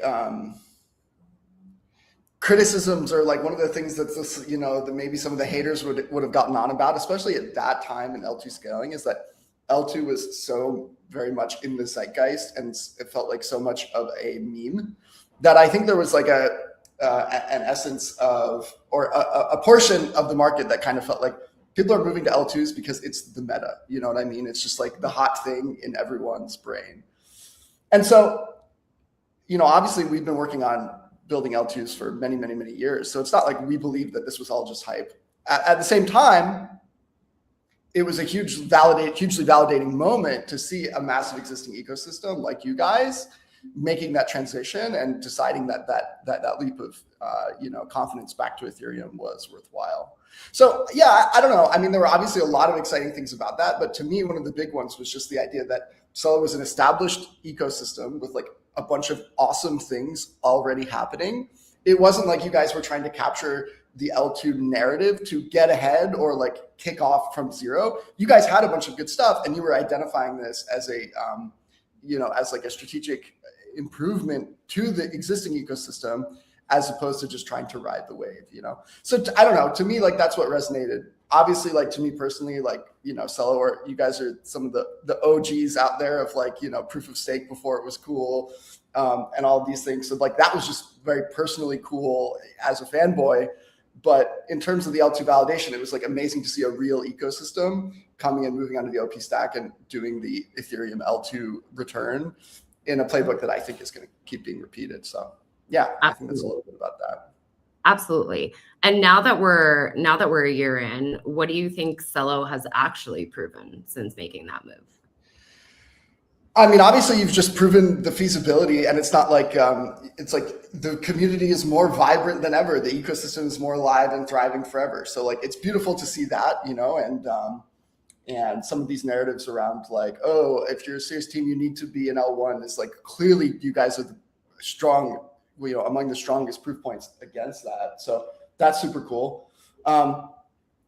I think also it's been really amazing to see. I mean, first of all, I mean, I'm a nerd. You guys have an absolutely cracked engineering team. So like, obviously it's been wonderful to see. Not only was I very impressed by how you guys did that migration and the smoothness of that, and like the work that you guys put into making that transition viable is like, quite frankly, also I think a repeatable playbook that many others are able to benefit from. But also the speed with which you guys have been able to innovate on top. Like, it was awesome to see you guys getting into the ZK world with the Succinct partnership and like being kind of like first movers, early adopters there. That has been super, super exciting to see. So like, you proved it could be done, and you also proved that like you can keep your agility alive on top of it and like continue to push the envelope and innovate. So I don't know, it's just been awesome. Yeah, honestly, I work so closely with our engineering teams, and it's just the most impressive thing that I've witnessed. Not just the work of the L1 to L2 migration, but all the work that came to follow. I mean, we executed 4 hard forks last year, which is just absolutely incredible. I joke with Eric all the time. We migrated to L2 on a Wednesday, and I think on Friday I was like, what are we doing next? Like, what's next? We got Ag and DA, we got OP succinct, like we have the Isthmus hard fork, like let's do it all. And we absolutely did it all. And it was just amazing to be a part of and amazing to witness. So much praise to all the engineers. They deserve all of that and more. So you and I spent some time together a couple of months ago in Malaysia at the network school for the L2 event hosted by Ethereum Foundation. We talked a lot about the kind of L2 landscape during that time. I guess from your perspective, what's something about Celo that stands out today in this L2 landscape? I mean, it's really, yeah, I think you're gesturing there at this broader understanding that Ethereum is coming to, that the L2s need to differentiate and like use Ethereum for their strengths, but provide their own differentiation and strengths as well. And I think one of the most amazing things is like the perfect proof point, I think, of that is a team like you guys becoming an L2 and keeping all of those differentiations that you have and keeping your incredible ecosystem alive. So, I mean, the numbers are insane. The stablecoin volumes are insane. The actual usage of things like MiniPay is absolutely awesome to see. And I think this is reflective of the direction that Ethereum is taking, where it's not like Celo is some copy-pasted L2 that is trying to do exactly what Ethereum does in all the exact same ways. You have like unique product differentiating features. You have a really robust and active ecosystem, and you have great partners that are bringing Celo block space to a market segment that Ethereum isn't just serving out of the box, or other chains aren't just serving out of the box. So to me, yeah, that's ultimately what stands out, is like you guys, once again, were kind of ahead of the curve there, where it was like, we're not just going to become an L2 for the memes, and becoming an L2 isn't about looking like Ethereum and reselling that. It's about improving the things that we're doing well. It's about bringing an ecosystem into a more agile, more differentiated space, and continuing to grow that differentiation. So, I mean, yeah, I can't stop singing your praises here. You always have the nicest things to say, Ben, which is why you're favorite people in this space. But yeah, I think that that's really true. I mean, one of the slogans that we used at the time of the L2 migration was that Celo is now an Ethereum L2, secured by Ethereum, built different.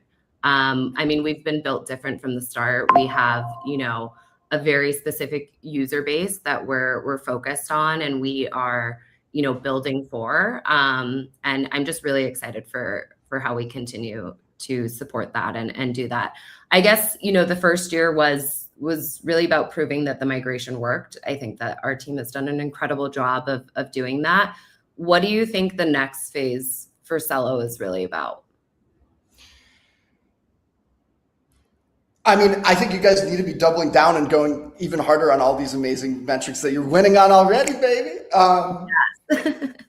You know, I think keeping that momentum going on the innovation side is huge. Like the fact that you guys were able to do 4 hard forks in your first year on like a new stack, transitioning from an L1 to L2. Wait, technically, we just did Jovian last week, so technically, for year 1. 5 in 365 days, baby. I can't do the math on how many days per fork that is, but it's a round number because they both end in 5. Yeah.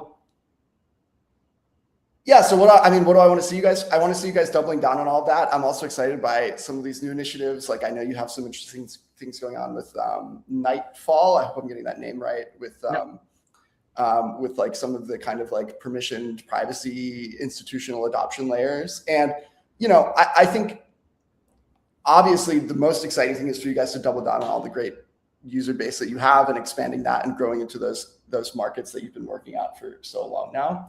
I'm also really excited to see where, you know, stories like interoperability take you and like what adjacencies that move you into.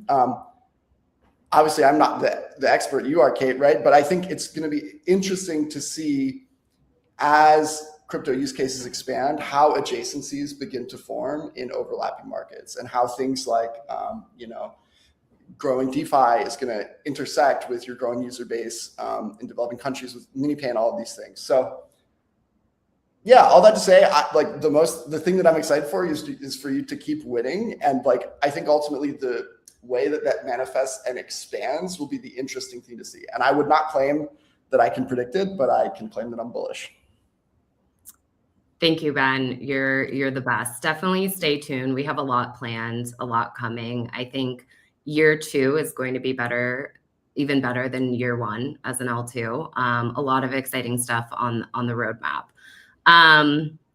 Okay, I guess to wrap things up, I know we only have a couple minutes left. Looking back, what do you think Celo's migration really represented for the industry more broadly?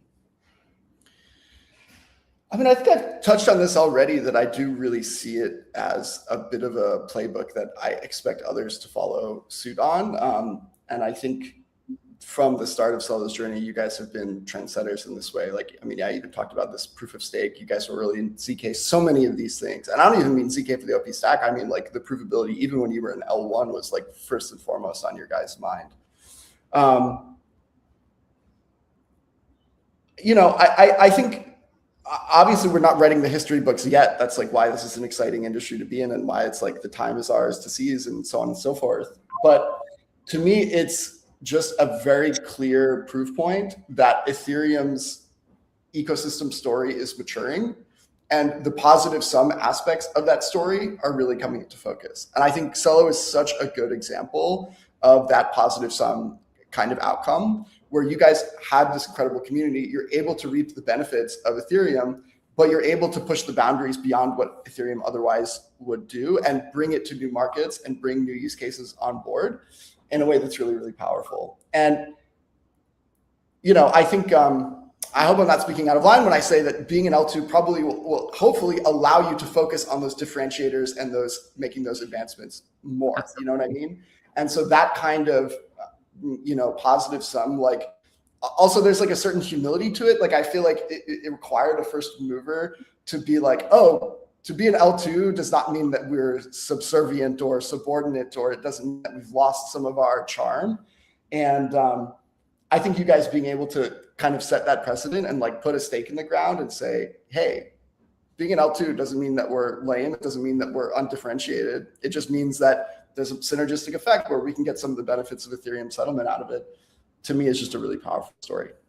Absolutely. I think it was very intentional for us to want to like write the playbook here. If you go on to the Celo forum and you go back to like every post that we ever made during this L1 to L2 migration, it really was like telling the story and writing the playbook in real time. Like, nobody has ever done this before. Like, we wrote the playbook as we were doing it. And it was just, again, really, really amazing thing to be a part of and to witness. And we were very lucky to have just great partners like Optimism and OP Labs throughout the process. So Ben, thank you so much for joining us and just for being such a great partner over the years. It really has been an incredible journey so far, and so excited for what's ahead. Celo writing the playbook in real time. Of course, Kate. Well, I really appreciate you having me. And like I said, I can't believe that we are at the 1 year mark. It feels like it's been a decade and only a month right at the same time. So yeah, We're cheering for you guys. Congratulations. And have a great one. Enjoy the festivities. Thanks, Ben. Thank you so much. Thanks. Take care, y'all. That was epic. Thank you so much, Kate and Ben. That was so fun and such a good way to celebrate the happy birthday. And I'm excited to bring Merrick back to the stage, who's now going to have a conversation with Leland. Welcome to the stage from Succinct team, who's going to share more about OP Succinct Lite and ZK fault proofs. Welcome both to the stage, and happy to kick it off. Perfect. Sounds good. Welcome, Leland. It's so good to have you here. Thank you so much for joining us. It's always a pleasure. Wow. What a day. We're super stoked. 1 year since we became an L2. A lot has happened in that year, including a lot of great work that we've done together with our ecosystems. So super excited to jump into some of that today. Yeah, welcome. Yeah, and a huge fan. Like, I'm wearing definitely one of your hats today from you. Like, crypto is useless, so but it's definitely not, because you guys are doing like really great work and like very high TPS, like lots of stablecoin activity going on. And you're also like a big fan of ZK, and you use ZK and we work together, which is something we're very excited about. I gotta go find my zero knowledge proofs hat that you guys put out. That's also a fan favorite of mine. Cool. Well, maybe just to set the stage a little bit, maybe even just to go down memory lane. When we first decided we wanted to transition to an L2, and we first put out a proposal to the community around that, we got inundated by a lot of L2 stacks at the time, many of which were building ZK EVMs. And we had the, frankly, very difficult job of really digging into all of these stacks and really understanding what it would mean to transition Celo to one of these stacks. And we were very excited about ZK, understandably. But ultimately, we ended up going with OP Stack, primarily because we had this hypothesis that one day in the not too distant future, you'd be able to prove RISC-V, and we wouldn't have to use a ZK EVM. We could just use Geth and prove Geth, or in our case, OP Geth and OP Node. And that thesis turned out to be true. So this was, I'm trying to think, this was like 2 or 3 years ago, coming on 3 years ago. And we didn't think it would be true this fast. But lo and behold, like 1.5 years ago, you and I chatted with Uma, and you said, no, this thesis is true, and it's true now. And we were like, what? And that kicked off this amazing partnership together. And that's just a testament to all the amazing work that you guys have done to make proving of ISA machine code of the RISC-V instruction set not just feasible, but actually cost efficient. So that's the history, for everyone listening. And it's been just an incredible, journey ever since. Mm-hmm. Definitely. I think it's really great context for audiences to know. If you look back 3 years ago in 2023 or 2022 even, people really wanted to build ZK rollups. And the question was why? And it's like, fast finalities are useful. You can like bridge money on, bridge money off, like relatively seamlessly and quickly. By the time, the technology definitely was not there, and people had to build these like ZK EVMs, meaning they had to write in custom circuits for the state transition function. And Celo really cared about having good developer UX and having like custom like features for the chain that really enabled some things that other chains could not do. And if you had to adapt, let's say, an existing ZK EVM to that, that would have been quite horrendous. It would have taken forever at the cycle, and it would be quite difficult. But today, what we do is we take vanilla OP stack. There's like a Rust implementation of a state transition function, and you can prove that with a ZK VM. And the upgrade cycles are way faster.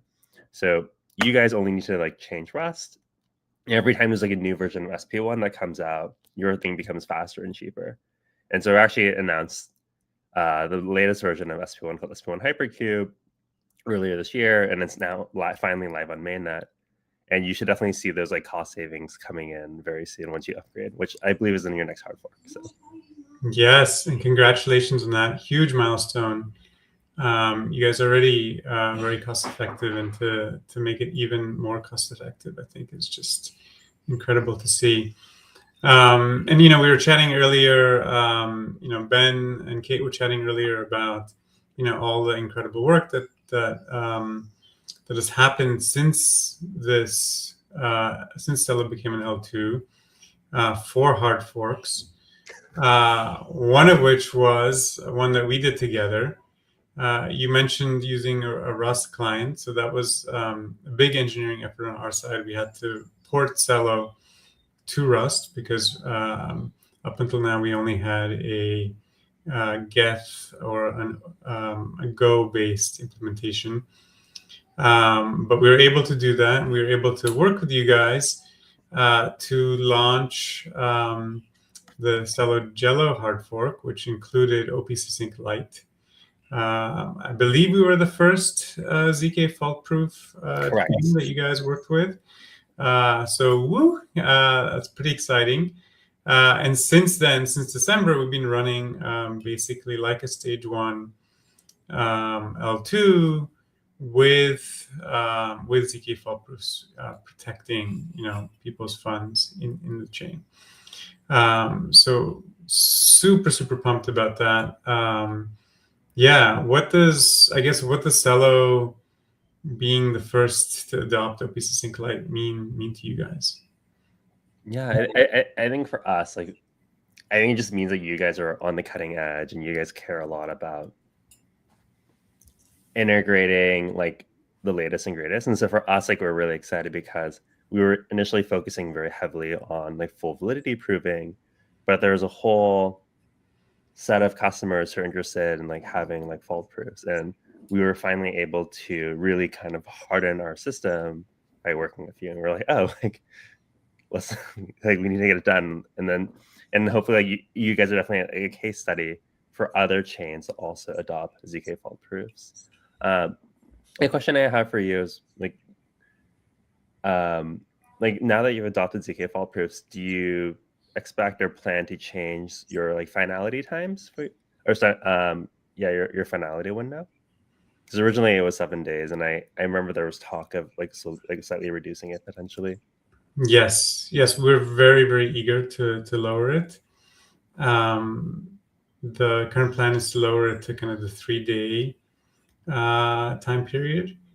Yeah, we're stoked about that. But realistically, like, we want to get it down to minutes. And so I think that's where, Hypercube is really interesting. And the prospect of doing full validity proofs is really interesting. Because then we can prove every block on Ethereum, or construct proofs with you guys, and then have those proofs be verified on Ethereum.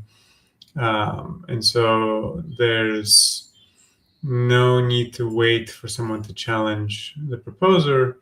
The proof is already on chain, and any transfer from Celo to Ethereum or Celo to any other L2 in the Ethereum ecosystem, will hopefully happen, within like a small amount of minutes. Maybe even less. And I think that brings me to, well, I guess there's 2 things here that maybe are good to kind of touch upon. One is Hypercube. You mentioned Hypercube. I think it might be interesting for the audience to hear a little bit more about it. So on our roadmap, we, as you pointed out, we're working to add Hypercube support. I think that will dramatically lower our proving costs, which then enable these other things. Tell us more about it. Yeah, Hypercube is the latest version of SP1 or ZKVM. I think broadly, the best way to think about it, it's like 4x faster, which means like 4x cheaper. There are a lot of fun details. Yeah, details and nuances, like how it compares to like prior versions. I think a really fun thing that we did is we invented like a new like polynomial commitment scheme called like jagged PCS, which is quote unquote like more efficient packing of like computation. So a good analogy we like to say is like, imagine you're packing circles, like there are a lot of like gaps, but if you're packing rectangles, it can pack much more tightly. So that's why we chose to move to multilinear, and we're the first ZKVM to like move to this like new cryptography scheme. And for us, we're spending always a lot of time like thinking about from first principles like how we can really design a ZKVM to be faster. And we're definitely like turning all over like those rocks and like seeing like what we can do. And it's honestly, it's been really amazing to see how fast ZKVMs have evolved over time. So when we first launched OP System, we were on actually like 2 versions ago of SP1, and like since then, like costs have gone down like over order of magnitude, and it's really excited to see like what will the future hold. Like when costs keep on going down, like what can you do that you previously like couldn't consider, or like would even consider? And I think a really good parallel is like in the AI. As the cost of like machine intelligence goes down, you're like, oh great, now I can have some like agent do like all these miscellaneous things for me that historically are prohibitively expensive. Totally. Yeah, and 4x cheaper also means 4x faster, as you said. Yeah. So There's actually 4x faster, which means 4x cheaper because Right. you use less GPU time. And so that means that one, validity proofs become 4x cheaper, but 2, real-time proving becomes even more feasible. Which we have real-time. We have real-time proving for L1s already. Right. We need to adapt it for rollups, and there like I think there's like 2 changes to be made. So one is the ZKVM needs to be faster, or I think already like you could do it. It's just a little expensive, but there's also some changes you can make on the client side to make it more performant. So some like fun experimentation like we've done is on ETH proofs, which is real-time proving of Ethereum. People have been mostly using like the ETH Rust client, but we decided to use like Zilkworm, which is Aragon's, I believe, like C++. I should double check this, but Aragon has another client called Zilkworm, and it was actually like 2x or maybe 2 or 3x faster than Ref because it was designed from first principles with ZK in mind. So you can imagine if you were to like redesign the OP stack with ZK in mind, like how much faster would it be? Whoa, interesting. So you're saying that we just moved to Rust, and soon we're gonna have to move to C++. All right. No, I think it's more of like Ref was designed to be very like extensible and modifiable. It's less like performance in mind. But if you're to design a client like to be like very like lightweight and performance driven, then it can be really fast. Yeah, no, it's really cool. And yes, and all of this is, ultimately why we're so excited about working with you is, to enable real-time proving. Our whole thesis behind becoming L2 was that we wanted to be able to interoperate with, very high security with the rest of the Ethereum ecosystem, including all other L2s in Ethereum. And, us working together to launch ZK fault proofs is really just the beginning of this long journey to get to this real-time proving world where we'll have kind of this synchronous composability. So we're super, super excited about that.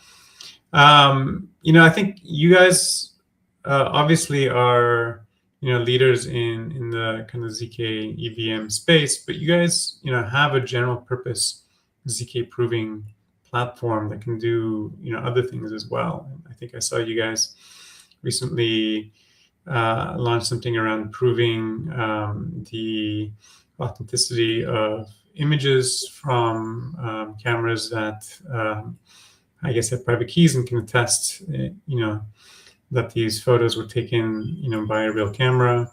So in a world with a lot of AI slop, like this is pretty amazing. Curious for builders in the audience who are building on Celo. There's increasingly a lot of folks building, I would say, in 3 categories on Celo. There's everyone focused on MiniPay and enabling really great mobile experiences for normies. There's the whole on-chain effects thing that's taking off on Celo, billions of dollars worth of stablecoin volume swaps every month now. And more recently, there's also, agentic economy kind of commerce happening on Celo. As we heard from the Grow the Pie folks earlier, there's increasingly just a greater and greater share of that kind of activity that's happening in Ethereum, like is now happening on Celo. I think like a very big share now is now happening on Celo. So for builders, in these 3 spaces, or honestly, in any space, what can they do together with you guys? Mm-hmm. Actually, I think the latter category is the most interesting. So in agentic finance, like oftentimes, or generally, you've delegated some third party to make shopping purchases on behalf of yourself. But then how do you set up like robust rules around like access controls or how much they can spend, or like, do you actually authorize this purchase, or are they like doing this on their own?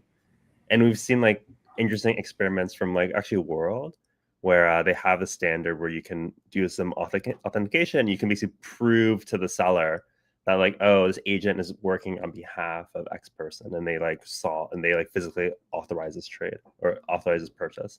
And we're thinking about very similar things, like how can we like preserve identity, like an on-chain environment, like prove that you're like a real human, authenticate that like, oh, I agreed to this purchase or agreed to like XYZ. And maybe that ties into the authenticated camera app that we're working on, where you can take like, verifiable real photos. And we're just exploring. It's very early, but high hopes. Really cool. Any final thoughts for the Celo ecosystem? But Merrick, where's your shirt from? Are those a bunch of stickers, or are those like? This is from Jolly Good Celo. I believe it's .xyz, maybe .com. Phil Fogel and Anna Stone created a side project. These are two, Celorians in our ecosystem that are building great things. They created a swag store, and the whole premise behind this is that you can get your logo added to the shirt if you buy their NFT. So if you guys, that's really clever. It's just like buying it, like what was like buying it inch or buying a pixel, or like, yeah, that's really good. So creative. Yeah, so check out jellygoodcelo.xyz. Okay. Thank you so much, Marek and Dylan. That was super interesting, and I will make sure to forward all of the builder advice. And thank you so much. And I will bring on now Jill and Kate. Kate, you already met, and Jill, we already talked about the hard fork party, as we had Vitalik again here, and we also have Jill, who was a key first-hand supporter of that announcement, and also key infra partner. Hi, Jill, welcome. Hi, it's so good to be here. Yeah, I can't believe the party was 1 year ago. I remember it was an amazing night, and it felt like Ethereum was so back, and it felt like San Francisco, which is my home, was so back, and just amazing energy. So great to be able to replicate that online today. Thank you so much, Lena. And thank you, Jill, for being here. I'm so excited for this next conversation. I think we spent a lot of time today reflecting on how Celo's first year as an Ethereum L2 kind of went and was going. And now I'm really excited to look ahead for what is coming next. So I'm joined here with Jill from Espresso, who's been a really incredible partner as we look and think about this next phase of L2 and the user experience. So Jill, thank you again so much for joining. Thank you. I actually do want to start with something fun. I unfortunately was not at the hard fork party last year. That's right. Oh I was in an epic 23-hour call, which is how long it took for us to actually execute the migration. But I was absolutely living vicariously through you and your live tweets of the hard fork party. They were absolutely amazing. So that's right. I was live tweeting it. You were live tweeting, and it was incredible. So maybe for anybody else who wasn't able to join, can you tell us like what was that night like? Okay, well, maybe I'll reference one of my tweets, because you're bringing me back to that to kind of capture the vibe of it. I remember I walked in, and the Celo headquarters office has this like amazing courtyard out front, and I think there was a taco truck out back and all of this. And I just got out my phone and I just kind of panned around the courtyard, just send tweet, I just posted that video. Talking about. And the video like went semi-viral within crypto Twitter anyway, because it captured so many legends of the space. Like I think Vitalik was like rolling by on one of those like one-wheel scooters, and there were just so many people who were kind of captured in that video, just like being present and living their lives and there to celebrate Celo. And people would, pause the video and kind of screenshot it and be like, wait, There this were like person's memes there. created from that video. I remember. Yes. Yeah. And I think that just really kind of captured the energy. It was just, so many people who have been in the space for years or newcomers, but have been super impactful, and users and builders, and just so many people from the ecosystem there together. I remember multiple different sort of the big San Francisco startups like Succinct, different ecosystem members sort of all rolling in together. It was a very, very cool setting, very unique kind of energy to capture. And you have to remember as well that this was not sort of like a bull market, time in the life of crypto. And so to just have that many people together in that kind of energy, especially outside of the context of one of the major global conferences like DevConnect or ETHCC, it was really unique and really special, and a testament, I think, to the energy and the mission of Celo, that so many people would feel compelled to, in many cases, fly to San Francisco and be present and show up for it. So yeah, I mean, it was an amazing moment. I want to say congratulations on throwing the great party, but obviously the chief congratulations go to executing a really, really tricky and difficult, but I think worthwhile upgrade. Thank you so much. It really was just like an incredible technical feat, as well as like a coordination feat with all of the partners. Honestly, it made us all so joyous to see everybody celebrating in San Francisco. It really looked like an incredible night, and we thank you for your service, for posting live so we could all vicariously live through you and follow along. My pleasure. Oh my gosh. But our teams have been working very closely together for a while now. Yes. To bring espresso pre-confirmations to Celo. And we're so excited to see this come to life in Celo's second year as an L2. Could you share more about pre-confirmations and how they improve the user experience? Yeah, absolutely. As you introduced, Kate, I'm one of the co-founders of a company called Espresso, and we are focused strictly on something called fast finality, which it sounds very sort of like blockchain jargon. But if you take a step back and just think about transaction finality or transaction settlement in sort of broader normal payment systems, I think that that's the easiest way to start to make sense of what we're talking about and why it matters so much. And it's been interesting to me as we've seen kind of the mainstream rise of stablecoins over the last year. It's something that comes up all the time, where you hear, the head of Western Union or the head of other payment processors like Visa talking about the importance of really low latency and really fast transaction finality. And so that's exactly what Espresso is bringing. First, kind of we've gone into the Ethereum ecosystem to do this, and then we have ambitions sort of beyond that.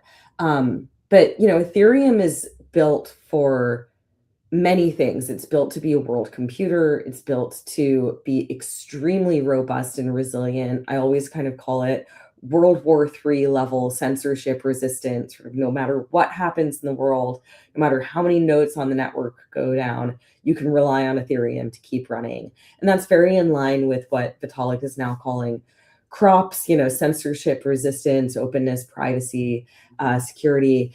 And that's great, again, for many use cases. That's why it's become the base layer for so much of the on-chain ecosystem and activity. It's not very good for speed. And there's various upgrades in the pipeline to this, but there are just some kind of physics-induced limiting factors where you can't optimize for all of these things at once. Espresso is optimized for speed. And sort of the beauty of being an L2 chain is that you can take a more modular approach, is the way that we've always talked about it. You can take an approach where you build together, different protocols to get exactly the features you want, and to be able to have the underlying resilience and robustness of Ethereum, but then you can also be using Espresso for transaction finality to get a much faster confirmation than you would get from Ethereum. Now, again, taking a step back, like, why does this matter? Why is fast finality important? I think that so many of the issues of finance and moving money around really just come down to speed. Like, when we talk about the inefficiencies that exist in the system of sending remittances or trying to even do a stock trade settlement, so many of those inefficiencies come down to the speed of settlement. Now, of course, today in traditional finance, these things take days, right? And now we're talking about Ethereum offering that finality in about 15 minutes. Now with Espresso, we're talking about doing it within a couple of seconds. And so, each of these things is an order of magnitude and a step change difference. But I think that as we enter this next era, we're going to need things to keep getting faster and faster. And we're going to need more and more scale and performance, which is exciting, but a challenge. I couldn't agree more. I think that, the transition to an L2 has been incredible on almost every single front, except for the fact that we lost that extremely fast finality. That's right, because you had it, you experienced it, you know how important it is. Right. And it's something that our users really depend on. And so again, we're so excited to continue the work with Espresso and to bring this live this year. It's really, really exciting. So Celo has always been really focused on real world payments. Why do you think faster confirmations matter so much more in that kind of environment? Yeah. So, I think that there's two things that I'll touch on. One is just a very intuitive answer, which is that it is mind-boggling to me. I use this example all the time, that I can send my sister-in-law in South Africa a 4K high-quality video of my child in real time, but I can't send her payment. I can't send her money to pay her back for my hotel or whatever it is, right? It is crazy that is the status quo in 2026, and we accept it, that it's going to take, formerly days, or now, of course, if you're using stable coins on Ethereum, a good 15 minutes. It's like going back to the 90s, right? In terms of sort of internet speeds and the days before broadband. These things should be immediate. And the benchmark that people always reference when they're talking about user experiences just on the internet in general is about 200 to 500 milliseconds. Like that's the level that you need to be at in order for it to feel like a seamless experience and to not lose users. And that's the level that I think we need to get to with payments.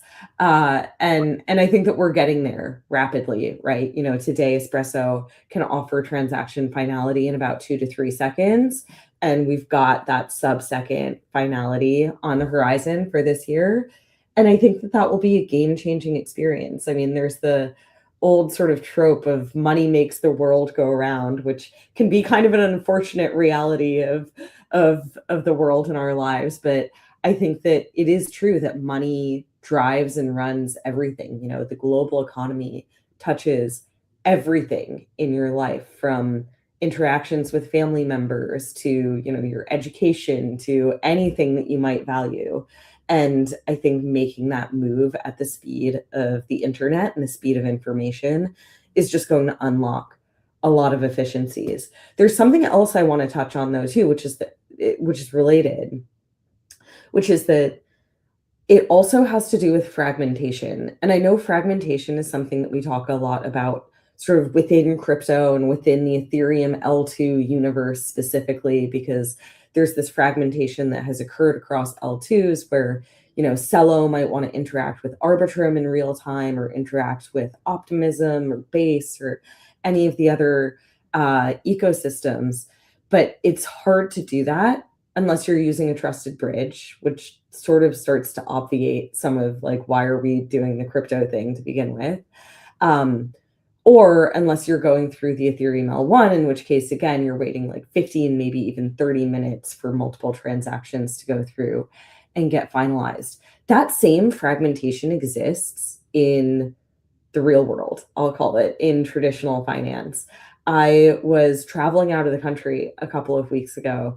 I went to pay my dog walker on Venmo, and I couldn't do it because Venmo is only supported in the United States. Like, that is, again, insane that in the year 2026, when everything in our lives is so seamlessly digital and global, that is still the case. Now, to solve this fragmentation, it's partly a coordination issue, but it's also partly an issue of speed and of latency, of how quickly these different systems can communicate and talk to each other. And so we need mechanisms for systems in finance to be able to communicate in real time. And that really is just another framing of what Espresso is and offers. It's real-time settlement finality, AKA real-time communication for financial platforms. And yeah, I think that that is a really big vision. And I think that I'm so glad and grateful to have a partner like Celo bringing this to market and making it a reality when, again, you as an ecosystem have really felt the benefits of what this looks like already.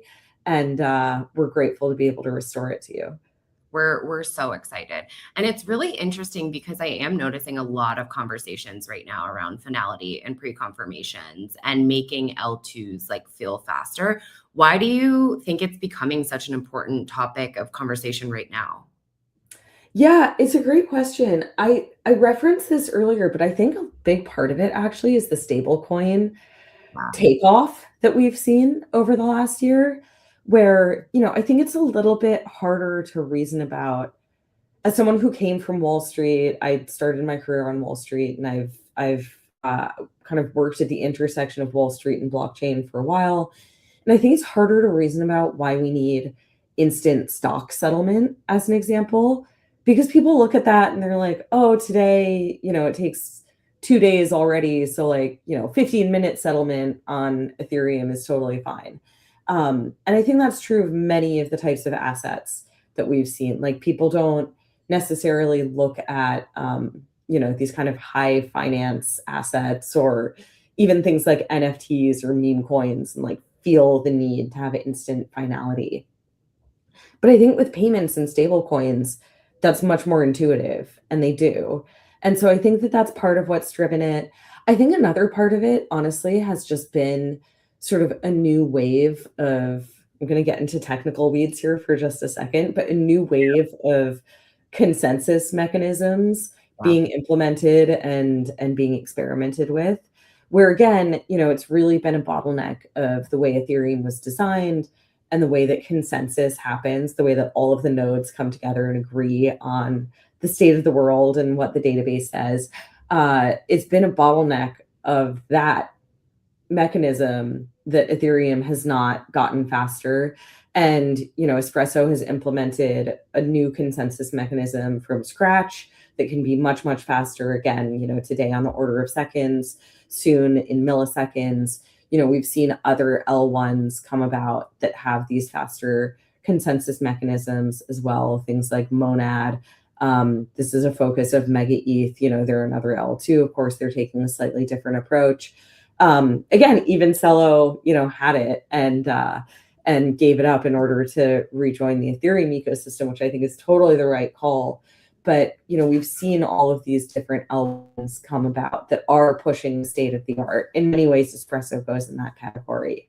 And so I think that amongst the kind of technologists, that's been the driving force and factor there. But it has become, as you say, sort of a hot topic over the last 6 months or so. Yeah. And Celo, once again, ahead of the game and Always. Working hard to on this integration with Espresso. I think that we are a little, but thank you so much for joining us. We're really excited about what's ahead, and we're so grateful to be building this next chapter together with Espresso. Likewise, always good to see you, Kate. Thank you for having me. Thank you so much.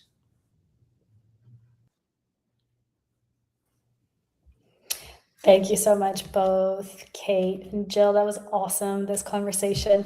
And that's actually the perfect segue. Jill brought up stablecoins and the rise of stablecoins. And Celo, being the home of stablecoins, has 12 plus native stablecoins with Mento tracking things from US dollar to euro to Japanese yen, Canadian cedi, and many more, and is bringing accessible and affordable foreign exchange to users worldwide. So super excited to welcome Bogdan, co-founder of Mento, to the stage, who's going to be in conversation with Charlie about on-chain effects. Welcome both. Thanks, Anna. Thank you, Anna. Bogdan. Bogdan, it's great to see you again. Thank you so much for joining. We're so excited to talk Mento, stablecoins, and on-chain FX. I'm sure so many of the listeners and viewers here today are already familiar with Mento as sort of a core part of the Celo ecosystem from the beginning. But for those that maybe aren't, would you mind starting by just sharing Mento and Mento's journey? Yeah, happy to. So yeah, Mento started as a core part of Celo back in 2018, I guess, when everything started. We were building the stable token issuance protocol on Celo. So we had the first stable token assets, the CUSD and CEURO. These have been recently renamed to Mento stables, USDM and EURM, as most of you probably seen. And in time, we grew this a lot. We launched more and more stables, especially focused in the emerging markets, in Africa, in Southeast Asia. And now, like Anna said, we have more than 15 stables. And recently, actually, I think less than a month ago, we did one of our biggest upgrades of the protocol yet, Mento v3. And we now have the ability to issue assets as a collateralized deposition. So people can essentially just borrow assets by depositing USDM and borrowing a local currency. And we're seeing this open up more and more new possibilities on chain. Awesome. Thanks. I'm excited just to explore this a bit more. So just to go back a little bit, you mentioned going from the US dollar and the euro to local currencies, especially in emerging markets. I think if I'm not mistaken, the first one was the Brazilian real back in 2021. I would love to dig in a little bit more and learn why local stablecoins and what the original thesis was and maybe how it's evolved over time. Yeah. So the original thesis was that in the end, as we're moving payments to crypto, being USD focused only makes sense when you're very much focused on speculation and trading. That has been the focus a lot in the first years of stable tokens in blockchain. But as we actually evolve towards payments and actually building products useful for people, we need local currencies. We need people to be able to express their local currencies on blockchain and have it interoperable with all the other blockchain tools. It's been for us especially relevant when we talked about microloans. People in emerging markets do not want to open up loans in dollars if their currency is depreciating against that. So we've seen that use case actually have impact. Like Jorgen recently told the story on stream about his favorite memory with the trainer that he opened up to Winnipay. I have like a very similar memory from our main experiments with microloaning. I have pictures from users in Kenya who opened up like a little garage for fixing cars or like a small shop with loans taken out from our partners on the Kenyan shilling that we issued. So yeah, these sort of applications are still a big part of why we do things. But of course, our roadmap has evolved since. But we're still seeing such use cases. Like a good example of something we're exploring right now with a sub-branch of UNICEF is the ability for them to operate in Africa as well more efficiently by having assets that are CDP backed, so allowing them to maintain their dollar exposure, but then borrowing a lot of local currencies for internal operations. So yeah, that's still a big part of our DNA. That's amazing. And so going into the CDP backed architectural shift, could you tell us a little bit more about that and specifically about the introduction of this fixed price market maker? Yeah, so with V3, we introduced kind of two technologies at the same time. On one side is the CDP part, where in the past we've issued these experimental assets, like 15 of them, but all of them had caps on how much they could grow, because the reserve just wasn't set up to handle the FX exposure of minting all of these. The CDPs are a solution to that by decentralizing the management of that risk into other players that actually take up and open that position. It also provides essentially the ability to do something like, if we're talking effects, it's more like a perpetual forward, basically. But yeah, let's not get super technical. But it lets people express different primitives that we need to bring effects on chain. And it also allows our stables to grow in supply more than they did before, so they can be more useful. And on the other side, as we've been building this whole issuance protocol, we've figured out that a big part is how we actually transact between the stables. That needs a solution that still right now doesn't have a very highly rolled out solution.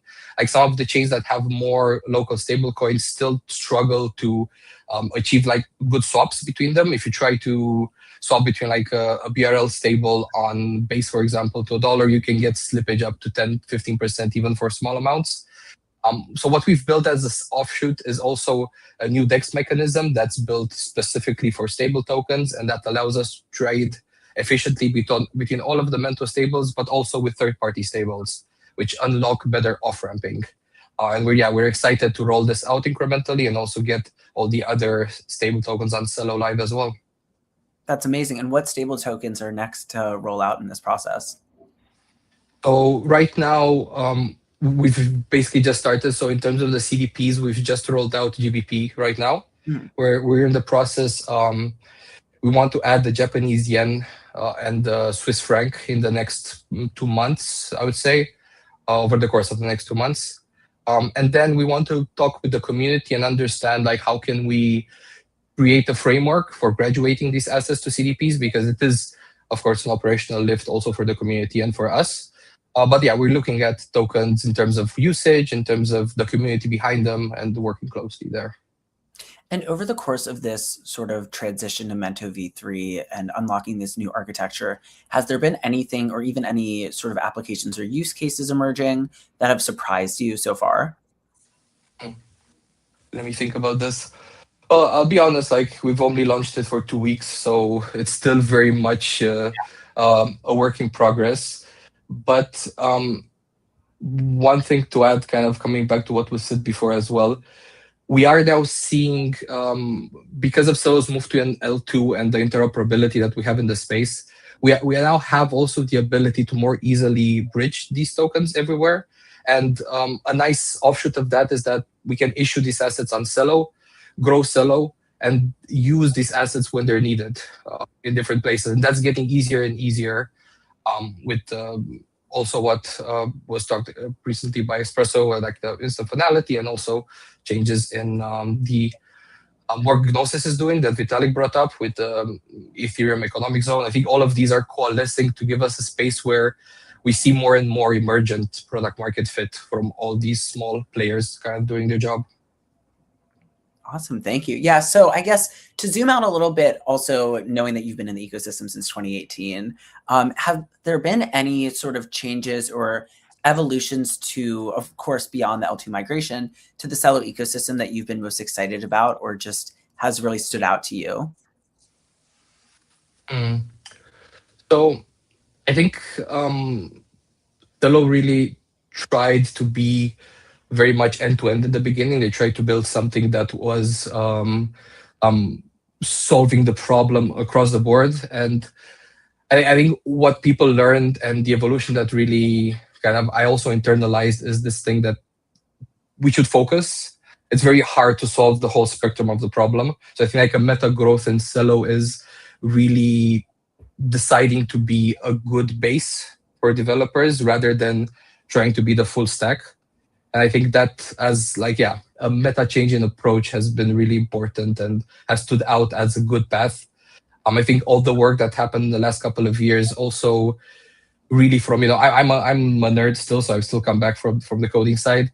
I saw the whole evolution of tooling around developing on Celo and how much that has grown from like a very isolated, homegrown thing to something that's more embracing of the general space and embracing of the community and kind of getting outside of our cave a bit with Celo. I think that's been a nice growth path to see and be a part of.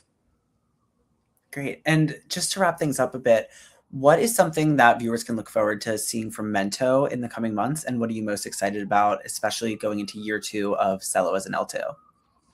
Yeah, so I'm actually most excited about the new class of stable tokens that are coming online now. I feel like a lot of issuers have appeared in the space in the last year and are coming to market with new stables. Some of these are also planned to come to Celo. I think like what we built at Mento with the CDP assets, these are one class of stables that will always be hard to reach the end mile. Like off-ramping will always be a bit of a challenge for these assets compared to, for example, a Circle-like asset where that's built by a team that's local to a geo and has proper banking rails and everything put in place. But I do believe strongly that there's a space for all of these on chain. But having that last mile is actually what allows us to really connect payment flows and see more real world usage. So yeah, I feel like the next year is going to really see a boost in that with all of these new issuers coming on chain. Great. Thank you so much. I'm so excited to see that come to life and excited to continue building with you in year 2 and onwards. Yeah, same here. Happy birthday, Celo.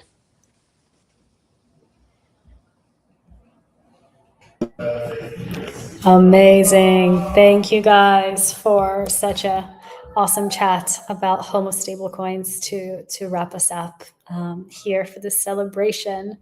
And we're going to the very end of our live stream today. Woohoo, Lena, welcome back. How are you feeling now after this? There's so many guests. You're muted. It was incredible. I think sometimes we work so hard and we like have our heads so deep in the work that it feels like we're just running after something, and having this review of the whole last year and seeing what we achieved. And I would say we can say a huge shout out and thank you to like the whole Celo engineering team, to the whole Celo community growth team. Like I think we can be very proud of what we achieved and look back and I think when we launched as an L2, we said we are coming home to Ethereum, and I think all of these talks really highlighted how we are kind of like aligning and becoming part of the Ethereum's ecosystem, with running at the forefront of innovation when it comes to L2, ZK, and so I think it was very amazing to see all of that compromise in 2.5 hours. And that was awesome. I mean, one of my favorite parts was when Kate was saying, like, we basically wrote the playbook, as we were going through this transition. So that was a huge milestone, and just super proud of the whole team and the whole community and all of the partners. I mean, you can see, I think this live stream is a huge testament to how many people it took to get to where we are today, and how many people have been part in some way of this epic transition. I think to close us off, excited about the next year.